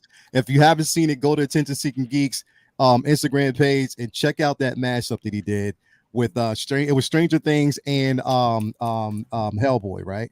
Yeah, I got a new one coming for the hashtag figure. What is it now? Figure mashup. Figure mashup madness. Yeah, right. It's still in the moniker of May mashup. Another one coming your way that's going to be right up your street. Dope. I cannot wait, man. I definitely cannot wait. But yes, so everybody out in the chat, real quick, who has watched the first 3 episodes of Obi-Wan? Everybody out in the chat, let us know. Now, mind you, here's the thing. Just comment hello there. Spoiler free. Just comment hello there if you watched it. Spoiler, we're not gonna. There's not gonna be any spoilers. So we're not because shiny. There's maybe other people who haven't seen it yet, so we don't want to spoil it for them. Okay, so please do not spoil it. Do not spoil it. Okay. So here's the thing. Okay. We know that there's mixed reviews, but we've gotten now. I want to see how true this is first off, because they're saying that we're actually going to get a season 2. They said that that they have greenlit a season 2. Now we haven't gotten anything directly that says that it has. But let me ask you, Ben, do you think where we're going right now warrants a season 2? I don't know whether I want. I might change my mind in a 2 episodes time, but at this point, I don't know whether I want or need a season 2. I feel like you could very easily round off this story in 3 hours worth of storytelling that we've got left. So I don't know whether it's warranted. But as I said, it's not finished yet, so. My overall opinion of this show, I almost feel like I haven't got that yet either, because we're not quite there, and it very much feels like the middle of the story, which is right, because that's where we are. And I do feel that mentally I'm at that place, and I can't think about season 2, and I can't think about my overall kind of impressions of the season, because we're just not there yet. But I mean, look, there's been some of the most kind of satisfying kind of like fan porn that we've had in this series for Star Wars fans. So far. And yes, it's not perfect, but it really has fulfilled a lot of those kind of fantasies for a lot of people. So and again, no spoilers, but there was something within this episode 3 that I think is pivotal in terms of the mythology of a character and the backstory of a character. And that opens a massive door, I think. So if we do get a season 2, I hope that is what is explored, but we shall see. We'll see. We'll definitely. You sounded like Obi-Wan just now when you said that. Thank you. I've been working on it for years, so it's my allerginess. You almost got that. Shane, because because I told you the other day, like, I was like, you know what? I was watching Obi-Wan, and then I watched Ewan McGregor put out a video, where he was just talking about, and we're not going to get into it because, like I said, I don't want to have the discussion here about the treatment of Moses. All right, everybody already knows how I feel about it, and there's no place for racism at all. You can dislike the character all you want. That's fine. People may not like the character, and that's completely fine. But when it comes to race, I don't play that. That's the one thing I don't. But Ewan McGregor had put out a video earlier this week talking about there was disgraceful, and like if you're not, he doesn't think, if anybody does that, they're not a Star Wars fan in his mind, especially when it comes to racism. But when I heard him talking, I was like, he sort of sounds like Shane. I was like, yo. Was he singing Man in the Mirror? No, I don't think he was. No, he didn't. He didn't. But I you know what? It's celebration. If I would have got a chance to meet him, I'm like, can you sing? And I would have recorded it. We've got to hit up a karaoke bar. Yeah, right. For sure. I would have recorded it. But no, Shane, what did you so far? Without really spoiling it, where do you stand with these first 3 episodes as far as Obi-Wan? And do you think that it's going in the right direction for you, or do you see it like not really fulfilling or not as satisfying as you wanted to be, but it's still room for improvement? My main concern going into this is this going to belong in the same dumpster fire as the sequels or the majority of the Book of Boba Fett? Or would it go into quality Star Wars content like the original trilogy, Rogue One, The Mandalorian? Again, just my opinion. And I really do think it belongs in the good Star Wars content category. The first 2 episodes were solid, but the third one was just, sign me up. Really, really enjoyed it. There were some parts that were, a bit for the birds, but in the grand scheme of things, they don't really matter too much. There was a few how do I say this without don't apply logic to the third episode with everything. That's all I will say. There's a few little things in the third episode just kind of going, okay, logic doesn't make sense there. But I know people say it's space wizards, but you have to put some sort of logic on the storyline, the narrative, or whatever. A few maybe unnecessary gymnastics in 1 or 2 episodes. Episode 2 was just ridiculous, or was it episode 1? I think it was episode. I think it was episode 2. Yeah. It was. But as in, if that I'm really that's splitting hairs. Overall, this it's a quality show. It's a quality show. I personally think the first 2 episodes were good. And then it's the 3rd episode I just loved, and I'm just very happy with it. Definitely. Cam, you've seen all 3 episodes, right? Yeah, I have. Okay. Where does it stand for you right now, man?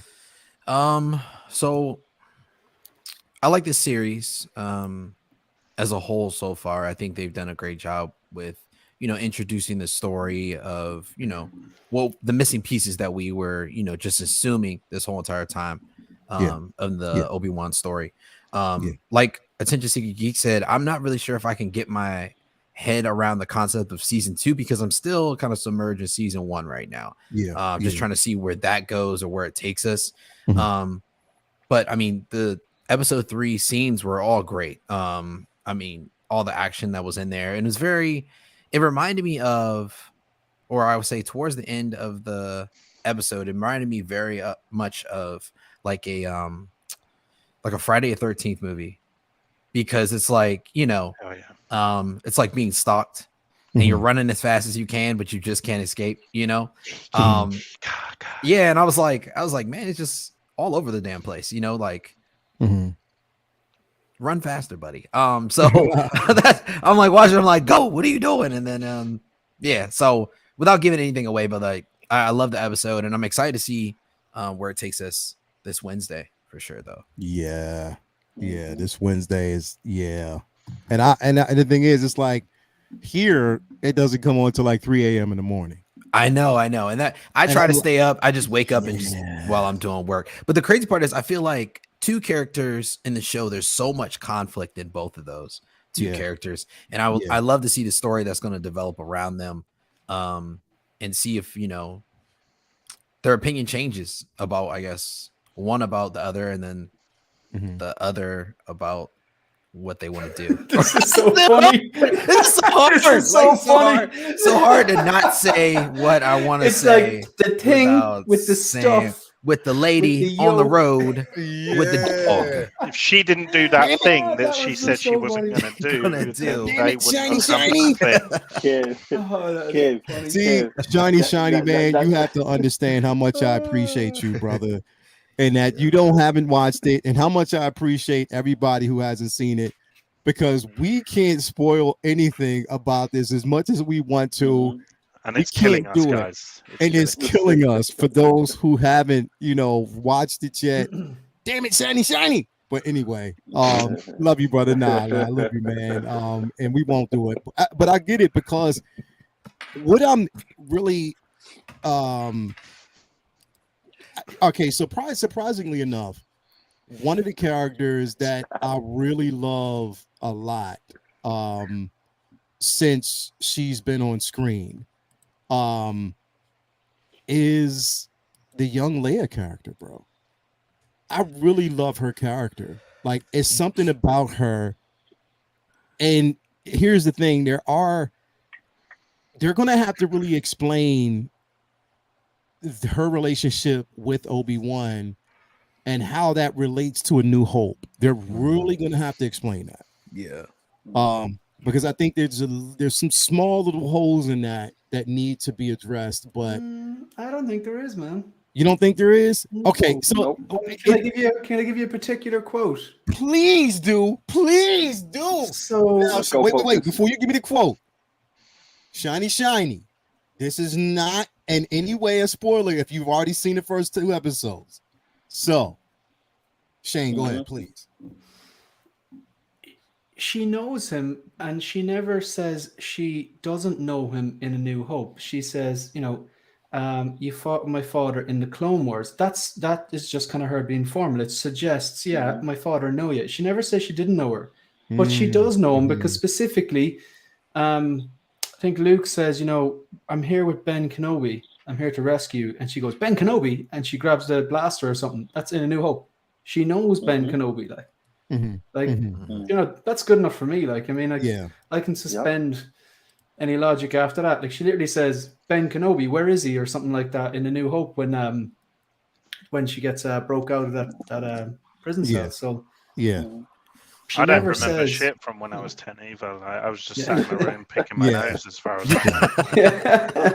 you definitely don't. You definitely I think the kid nails it. Like, just a few little one-liners there that are like, she said that so naturally with the same amount of kind of cheek and sass. I was like, because a lot of child actors, it can be like frustrating. You're like, it's like they're supposed to say something. It's like, yeah, wake up. It's like, they're really like frustrating. Like, I personally didn't think Jake Lloyd was a particularly good actor. Like, I know he got a lot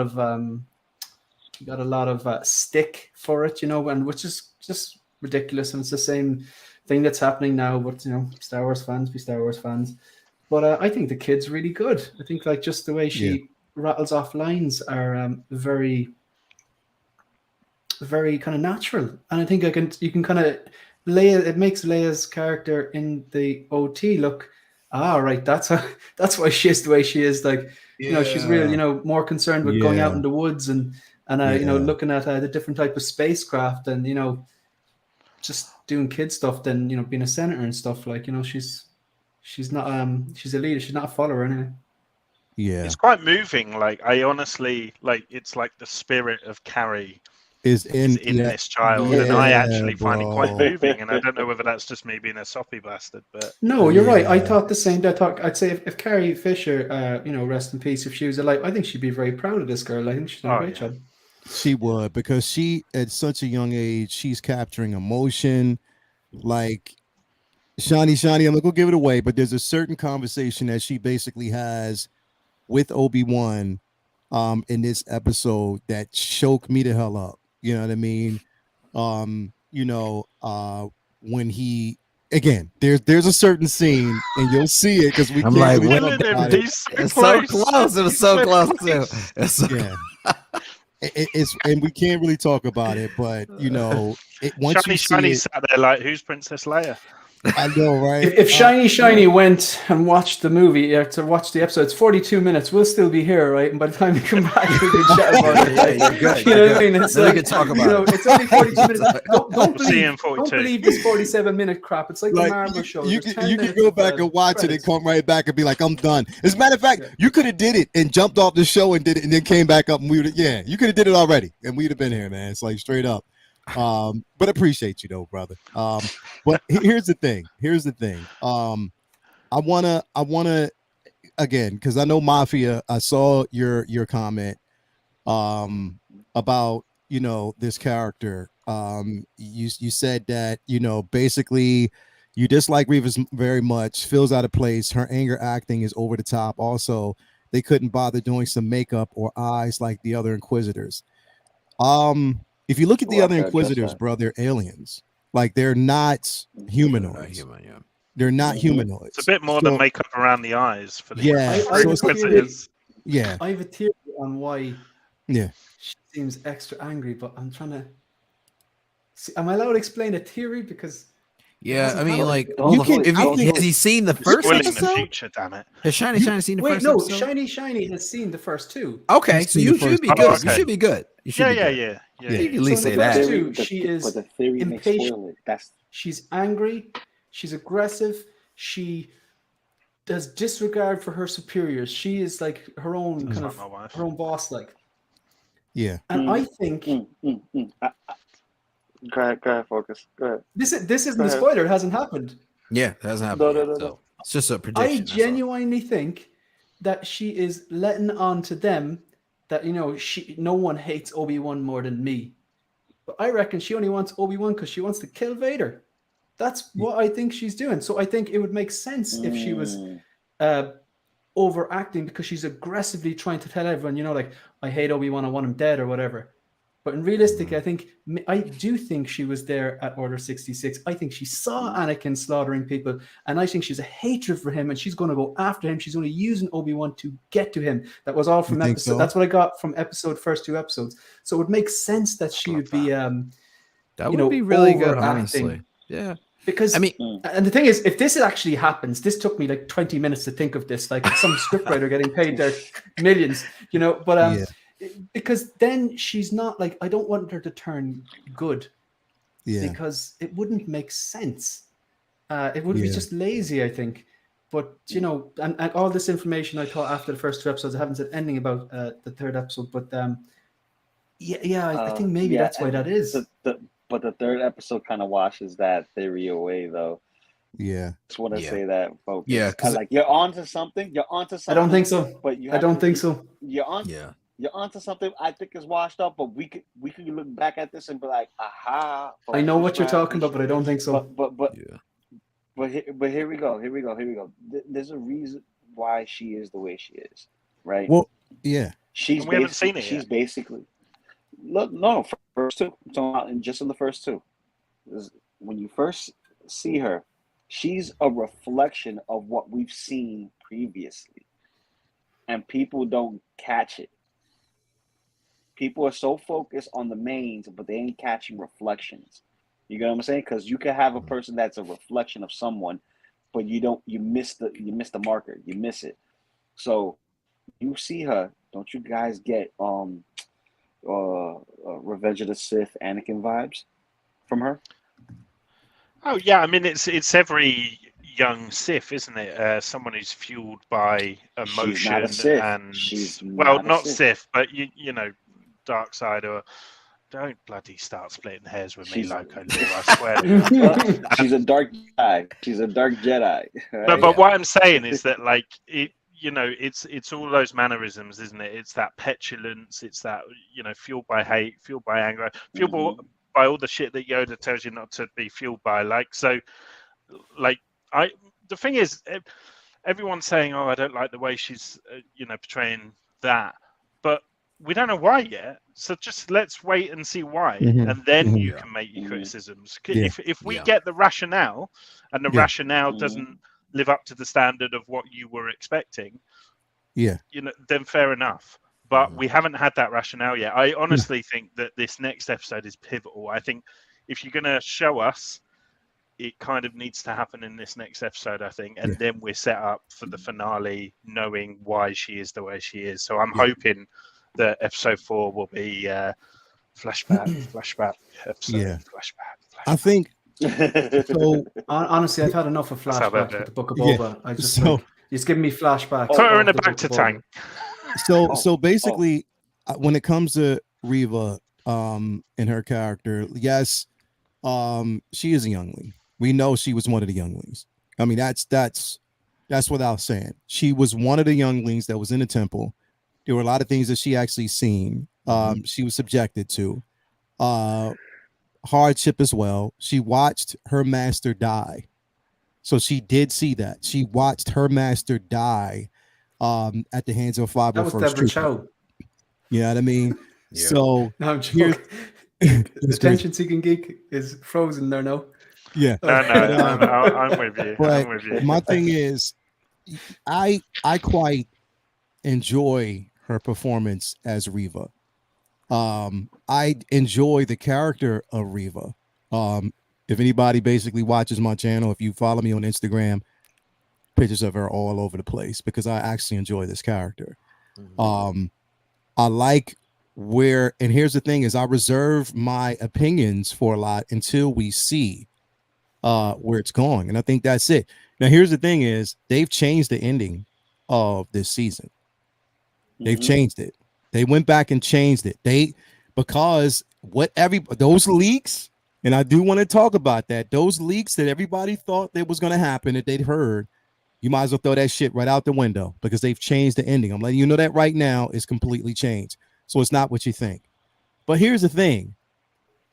Why are we, and I didn't even hear the leaks yet. I don't even know what it is. And I've completely disbanded myself. But that's my thing is like, why would you want to know the ending of a film, of a show? Are you that impatient that you need to know? And then you start telling everybody else about it.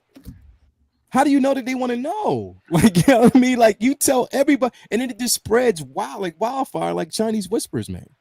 Like just wait until it plays out. Enjoy what you actually see on screen and just let it be that. You know what I mean? Like, I don't really understand. That's the one thing that I understand. It's from one thing. Okay, cool. If you don't like a character, if you say that it's not justified, it may not be justified for you, but you don't know what the vision of that director is. That director knows it's justified based on where they're going with the story. Just follow the story and let it play out before you pass judgment on any of these characters. Like for real, whether it's Reva, whether it's young Leia, whether it's Obi-Wan, his before, whatever. Like just, I even saw something. This is, let me tell you how, this is how, Shani, I need you to mute this real quick. Because I'm just going to say something. I'm going to say something here. Oh my God. Hurry, Shiny. Hurry. Mute this for me real quick. I'm going to say something. But this is how stupid. I'll give you the thumbs up. This is how stupid one of the nitpicks were. I don't like how Vader got out of the throne. Like his legs, like standing up. Yo, how you heard that? I moved. checked the fuck out. I was like, are you for real? I don't like how he got up out of the throne. Vader doesn't get up out of the throne like that. He doesn't walk to He floats everywhere. Bro, I couldn't believe it. I could not believe that when I heard it. I was like, are you for real, man? Are you really, really for real? Like, anyway. Leia, I want to come in quickly as well with the people sort of saying about the look of Reva and stuff. But like, this is a character in Star Wars, that kids can look at now and say, that looks like me, when they couldn't have done that in any of the other films. And that is important. And I know she's, a bad guy or whatever, but it's you know, if she was just an alien or whatever, do you know what I mean? Or hold if on, you're wanting fancy makeup and stuff. Hold that real quick. He's back. Okay, Cruz. So I tolerated this for the longest time, brother. Now I'm getting real. So if you're here to basically do this, if you're here to basically, you know, if this is where you want to be, if this is how you want to do it, if you are here to troll, you're in the wrong place, brother. And I won't be the person to call you out. Everybody else in the chat will. So if you're here to do that, we can be respectful. But if you continue on with that, I'm just letting you know right now, this is my channel and you will get blocked. So I'm being respectful now. I'm trying my best to be respectful. But if you continue on with this, brother, you will get blocked. Go ahead, Shane. Oh, I don't know what I was actually going to say. No, I think he's actually come back. I think he was saying that maybe the other point, I think he was saying that someone saying that Vader stands up out of the chair was fair criticism. I think he's actually giving out about people saying that. I hope so. Yeah, I think so. Yeah. I hope so. I'm just saying. It's just hard to tell by text. I'm just saying it's because it can be perceived a certain way. So nobody's saying that criticism isn't fair. I'm just saying that to me was a bit off for somebody to basically say that him getting out of the chair, that doesn't make sense to me, man. So anyway, go ahead. I think you're on the same page there, man. Yeah. Okay. Okay. I think the gist of it is that it's just hard to tell by text. It's like when you text someone, and you know, I get that, but this like Shiny has seen the first 2 episodes. The whole Leia running scene, like, come on, we all know that was ridiculous. I think the Reva backflip, front flip thing was a bit ridiculous. But like, my point is that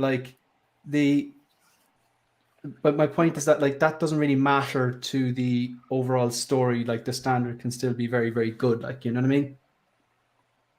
Mm-hmm. Yeah. Yeah. Okay, Mafia. I get it, bro. I get it in respect. I get it as well. I think I am playing devil's advocate for that other side of the of opinion, you know, just to kind of provide that variety of opinion, really. So I do get it, but I also think it's quite important that she looks how she looks, you know. Yeah. It is important how she looks, and she looks that way for a particular reason. You know, 6 Scale Mafia, what I mean is I find the other Inquisitors are more interesting looking. We'll see how the story unfolds, but we'll be upset if they change the canon and make her the hero of the Skywalker legacy. That's not making her actually the hero of Skywalker legacy. Here's the thing, bro. Like, we have to watch it and see how it plays out again. We can't go off of what everybody else is saying. We can't go off of what, you know, if we're hearing again, it's like they won't change canon. I can't see him changing canon. Sorry, folks. I just have to laugh. Shiny's asking, is it safe to come back? He's still he's still out there. It's safe in some respects, but maybe not other respects right now. Yeah, you can come back in. But here's the thing, is like, bro, like people have already canceled this show out before it even started, bro. They already canceled this character out before it started. Like, literally, they did that, bro. And had we had social media back in the day when Phantom Menace dropped, they would have canceled out Jar Jar. Number one, they already did that. But that would have been the target. They would have targeted. They did that without social media. Exactly, they did that without. They canceled so many. Here's the thing: is like, yo, like we have. It's getting to the point where I'm just so tired of talking about Star Wars. So hot toys, Jar Jar Like, I'm so tired. Like, literally, like it gets to the point where, like, literally, we have to just let it play out. Let it play out. Let it play out. Let's see where it goes. Again, they have already stated that the ending has been changed. It's not the same as what people think. So let it play out. Just see where it goes before we draw any type of conclusion. In general, I think the way she's playing the character is exactly the way the director wants her to play this character. And in the end, I think we will all find out. Just like Leia's playing it exactly the way it's supposed to be. Just like Ben And Ewan is playing Obi-Wan exactly the way he should be played, based on the director's vision. We have expectations on what because we want. It's like sometimes we want things to be the way we want it to be. But as I said on Will's channel, I challenge a lot of people to basically write stories and make each character cohesive, write character development, everything. I challenge you to do this. And if you feel as though you can write a better story, that's completely fine. But just let it play out. That's it. In the end, just let it play out and let's see where it goes. That's all I'm saying. And then there was the Book of Boba Fett. Yeah. Yeah, do you know it's like I do hope though that like the show is Kenobi, and I do hope that like what we saw in episode 3 we need to see more of. I think that's what we're all signed up for. Like, I think that's what I definitely really want to see. Like, I want to see more of that. I want to see how it develops, but I really don't think her story is straightforward. Obviously I have my theories, but I'm probably wrong. Like, but I just think that there's definitely more to this. It's not going to be straightforward. I don't think they're going to do a kind of a U-turn and make her the hero. I don't think they're going to do that. I think they're being very boring, a very lazy writing personally. I think there's more going on there. I definitely don't think they're going to make her the hero. I don't. But even if they do, if they find a way to write it well or give us a hook for that new element of the story that is interesting, then fine. Like, you know, it's just waiting, isn't it?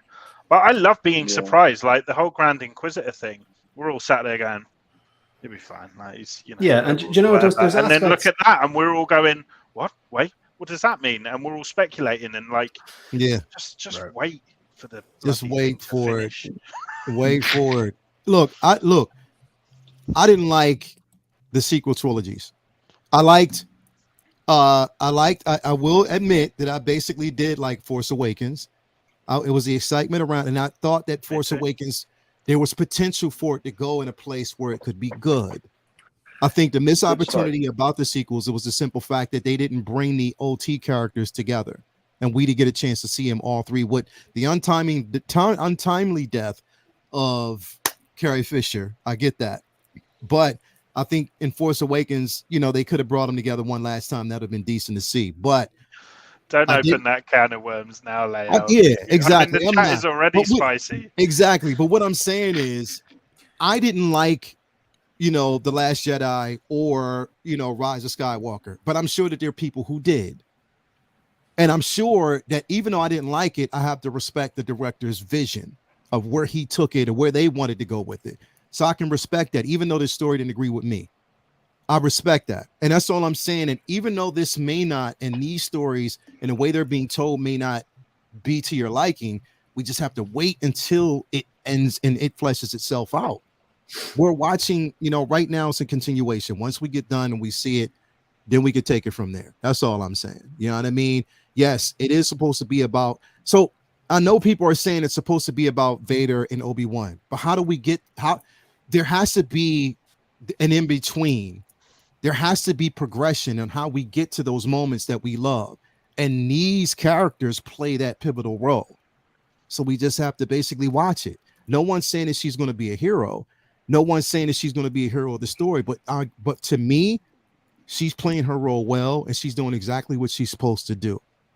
I think episode 3 was her strongest as well. Yeah, there's definitely like it's like just like, you know, I've already spoke about, like, you know, how you know, I personally think young Leia's doing a great job, but at the same time, that running scene in episode 2, that's not on her. That's just Deborah Chow saying, we want you to do this. Like, that's not on her. In the same way that Reva in episode 2 jumping from building to building and suddenly doing a backflip I thought was outrageously ridiculous. That's not on her acting. That's like, you know, Deborah Chow getting some stunt person to do that. Like, she improvised that. She actually that's what she did. They said just walk from there to there. She said, I'd rather jump. Just going to do a backflip, like, moving forward. Like, you know, they wanted to bring a certain level or whatever, and that, I will say, that parkour, they didn't need to do that. She could have just leaped from one end to the other. Well, the worst part about the parkour is she did all the parkour and then never caught up. And I was like, she did all that. And she would just walk. She would have got there. Like, I was like, and just more time. For fuck's sake. She didn't catch up. She definitely didn't catch up. That was my point, man. Again, that's not on the actress. That's on. God. But yeah, it's. Oh no, come on! Like just in terms of content, like just that third episode it ticked a lot of boxes. Like, it ticked a lot of boxes. I'm gonna say this. What's up? When it comes to what we've gotten thus far, when it comes to Star Wars, this is catching up to The Mandalorian for me after episode 3. It's catching up to The Mandalorian as far as like on my top tier of shows. In response to this question, I think the price is affecting that Haslab. Yeah. Oh God! Don't talk about price. Don't talk about price. No. You don't talk about price. Yeah, I was gonna. But El Maestro, I'm glad you brought this up. I'm glad you brought that up because isn't the price for this like 400 or something like that? Yeah, man. And they haven't said there's tiers, so it's literally just, as far as I know, the price is the price for it. So it's like people are like, what? Like, the Proton Packs gets all these tiers, and you can kind of warrant the price by the end of it. With this, it's just like, I think people are. But the last Star Wars Haslab was the Rancor, and again they overpriced it, and people spoke with their wallets, and they didn't want it at that price. But if it was $100 less, reckon I would have probably got it if it was $100 less. I would have got two. Yeah. Here's the thing. That's why I'm just waiting. Sometimes. I'm waiting for Disney to release, their replica. I'll just do it that way because $400, $500 for this piece, like, is it going to spin? Like literally, are we going to get that spinning effect? Is that going to warrant that $500 for it? Because Haslab is asking for a pretty penny for that, man. Like straight up. And I even saw it at Celebration. They were on stage. And they showed it, and that's when they said that they're doing a Kickstarter for it through Haslab, and the more support that they get for it. I don't know, man. Like, that's a lot of money, bro. Yeah, that's a lot of money for that saber, man. I just can't see. I don't know. What else would you get with it as well? Like, because it already comes with the stand. So what else could they possibly give you? Well, I saw on one of her action figures it actually split apart. So I don't know if that's actually going to be incorporated with the Haslab version, but I don't know. I did see that on the little action figure that she had 2 lightsabers in her hand instead. So and that's $500 down, no payment plan, right? Yeah, I think so. Do you think, guys, and it might be adding another spicy one in here, but that potentially might be the way figures go one day, where we have the like Haslab style, this is the product, this is how much it is. Are you going to back us if we get to? I hope not. I really hope not, because personally, if I see something, I'm like, all right, that's a bit overpriced. I still have the option to go, I'm going to pay for it, and I'll just do a small batch and you'll get it. But like, if you're kind of relying on everyone else liking the same thing that you like the Haslabs. That's kind of a bit, at least when something gets released by, whether it's Hot Toys or InArt, and they go, right, we're releasing this, it's probably going to be made. Like, do you know what I mean? It's stressful. When I got the Proton Pack, I was literally refreshing that page daily, like to see the amount of backers. Was it? Yeah. It's yeah. See, I don't. Yeah. I mean, I'd rather basically wait and go to Docs at Disney and get it from there. Downtown Disney, get it from there. It'd be more feasible. I'd be like, all right, I'm cool with it. So we'll see. We got a $4 super chat really quick before we get out of here, in a little bit. Do you guys think that Hot Toys should do a crowd fund on characters they tease but don't produce? Great minds think alike. It's not necessarily the same though. Like, weren't you saying in general crowdfund? He's saying specifically about the characters they tease to see if there's any demand. Wouldn't that be? Is that what you meant originally? Yeah. I guess that's kind of what I meant for ones that they're not sure on. So that would be a good idea, because then you're getting the normal releases that they're like, okay, yeah, Spider-Man, Batman, Iron Man, they'll sell. Vader will sell. But then the kind of ones on the fringes, maybe that Batmobile isn't going to sell, or exactly, like Plo Koon or whoever, the character, you're not sure if there's enough demand. How much is Plo Koon? Because I'm ready to make my order. Send it to my PayPal, which is I don't know. That'd be interesting if they did something like that, man. If they did that and just said drop this and then boom, you know what I mean? Like, I don't know, man. If you're watching Howard, it might be something to think about. I don't know, like maybe. But see, here's the thing, though. I need to know if I could use my points, like, because I want to use my points, right?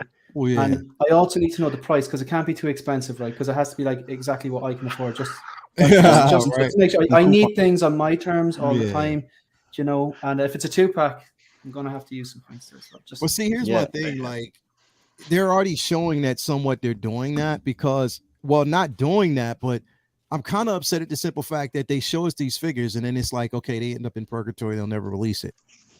But when a third-party company drops or comes out and says, okay, we're going to do it, then they're like, okay, nah. We got something for them. Because they see the demand in it, and they obviously see that people want it, and then they do it. Then they decide to basically drop it to kind of undercut the competition. And that's the thing that I'm like, Loki. They did Zemo will be the next test, won't it? Yeah, Zemo would definitely be the next test, man. Like, we'll see, because that third-party Zemo's out. It looks good. It looks pretty good. It looks. It really looks good.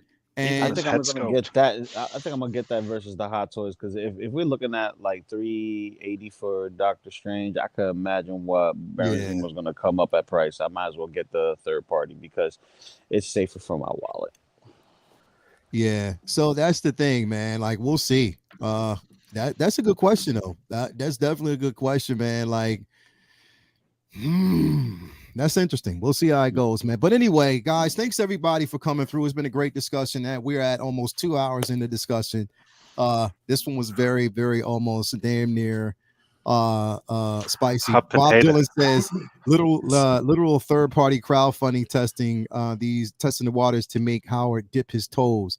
Yo, like, hey, we gotta do something. Like, straight up, we gotta do something, because Howard need to move. Like, come on, brother. You got people out here that want these figures, man. Like, we want it. And the market over here is totally different from what's going on over there, man. So I don't know. We'll see. We'll definitely see how it goes. But anyway, y'all, thanks everybody for being here. We'll see how everything goes. I can't wait for Wednesday. I can't wait to have us. So shiny.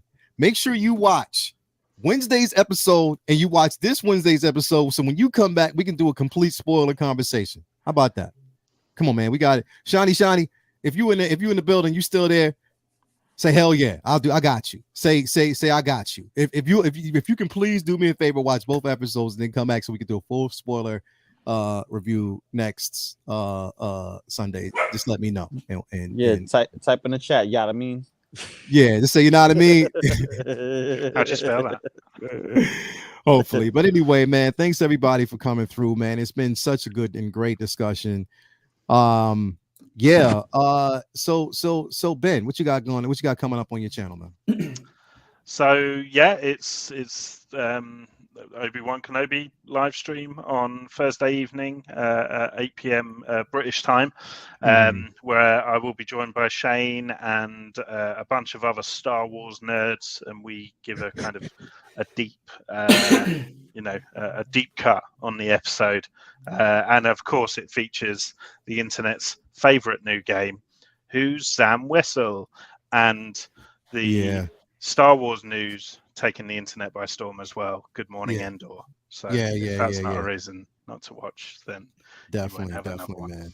So when you do your next live show, man, you want in? I want in, bro. Oh yeah, I want in. Let me know, and I'm gonna get spicy. I'll definitely be there. So let me know, and we can actually jump on board, man. See, if you haven't already, Attention Seeking Geek on IG and YouTube, make sure you're following.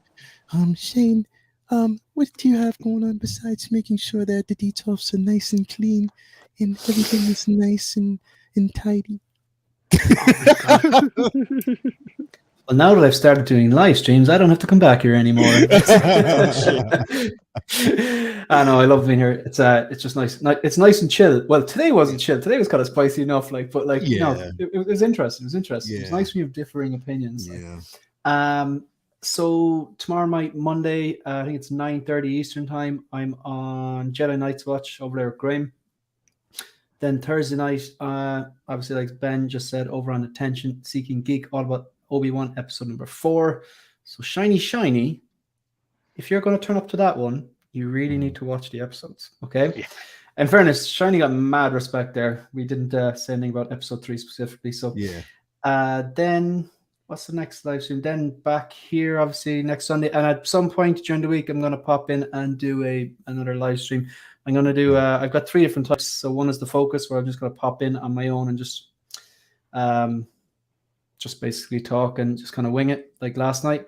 And thanks to anyone in the chat who was there last night. I didn't expect that amount of people there. I really do appreciate it. And the engagement is just amazing because I'm not talking to myself, which is great. I'll take that, Bob Dylan. And I know it's a Lucky Charms reference, and I'm going to block you in the next live stream. That is derogatory. Right? But I'm going to start doing ones called Visions, where I'd invite a collector from the community just to basically talk about the past, present, and future of their collecting. Not Bob Dylan. He's on the naughty list. And then the no loyalty, where I get together with 2 or 3 other collectors, and we see if we can pick a particular figure and see who can get it for the cheapest. Going to open up a bunch of tabs, see what companies sell them cheaper, who's offering free worldwide shipping, if there's any points or whatever, if there's any like sign up discount codes and stuff like that. Might be a bit of fun. But that's about it. Thanks very much for having me. Definitely, man. Definitely. My man, if you haven't already, 16-figure focus, not only is its display clean, I mean, come on, man. I mean, if it's not the wardrobe, if it's not the beanies, if it's not the haircut, it's the Michael Jackson impressions. You know what I mean? Come on, you get the complete package, man. Come on, man. You know how to do that. Hey, you got to do it one time for me. You can't plan it; it just has to happen. You just gotta let it happen. It has to happen. I'm working on stuff. It was a request. It wasn't a plan. No. I'm working on stuff. You just have got him. So Loco, what you got coming up, man? Oh man, I just finished recording the review for the DX19, so I should be loading that up soon. Work got in the way, but that's life. Next is sleep and take your position later on today with you. Yeah. You got to remind me what time that is because my time clock is 5:30. 5:30. Yeah. Armor Wars. Yeah. Armor Wars. There we go. All right. So, that'll be perfect. That'll be perfect today. Armor Wars 5:00. So I'll go and take a little snooze and get up and then make everybody lose. My posing skills are impeccable. Got him. Gotcha. All right. Then let me see. Geeking out later tonight. Before work. That's around. I don't know. Well, me, I'll join in later. Monday, S Beams.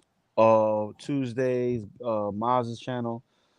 Then Wednesday and Thursday, I'll be joining you again for Wednesdays and Thursdays, and I'll also be joining Riley on and the Wonder Twins on Thursday if they do something or something drops.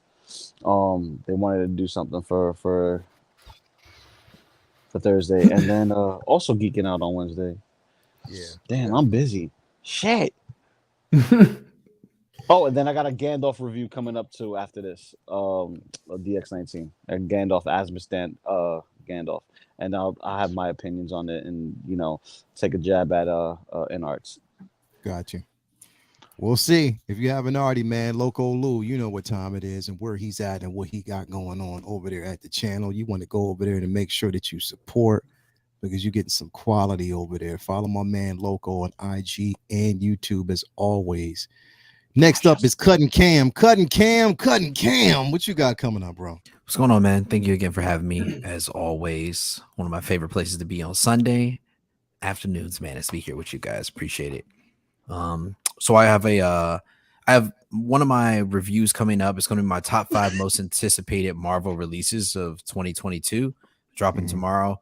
And then on Wednesday, I have my review of the Hawkeye Deluxe version, just my standard review. I did one live with Loco Lou. What was that? Thursday last week? Thursday. Last Thursday. So if you guys haven't seen that, go ahead and check it out.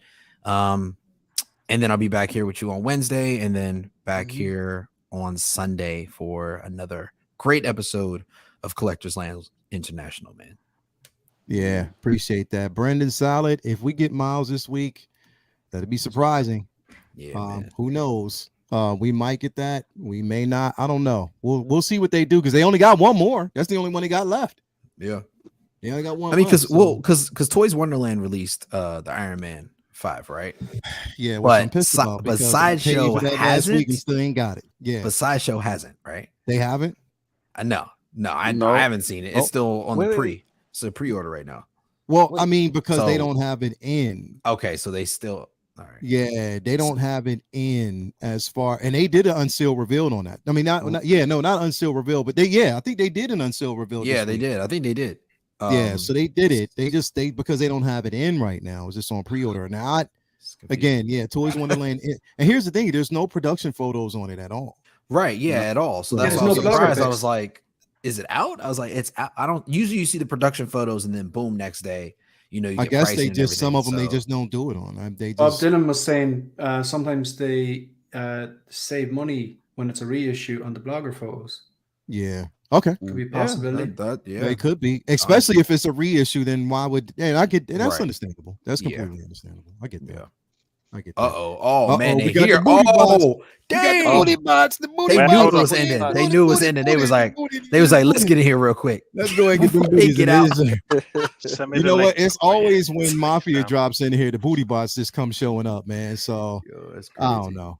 Because that was just a link to my channel, guys. I don't know why you're taking it down. We had them booty bots just dipping in. Yeah, everybody, you see the booty bots dip in. You know, they got to get that's the advertisement. That's free advertisement. Anyway, if you haven't already, come on, man. Follow Killer Cam on IG and YouTube as always, man. Thanks everybody for being here. We had Damon Zapp in the building, Brandon Salad, Raleigh Reviews.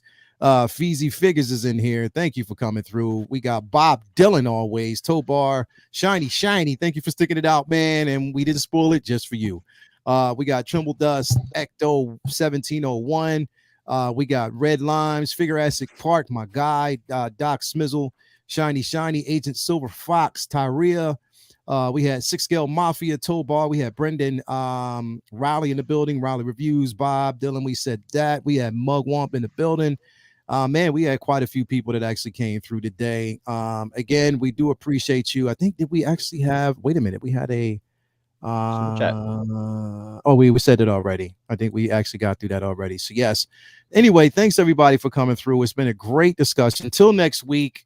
You know, we do it off the cuff. We'll see what actually drops this week, but we'll be back here same time next week for everybody again. Keep it classy. Always remain respectful to anybody's opinions, reviews that we do to you. No trolling. We love y'all. We can't wait to see you next week, and we are out.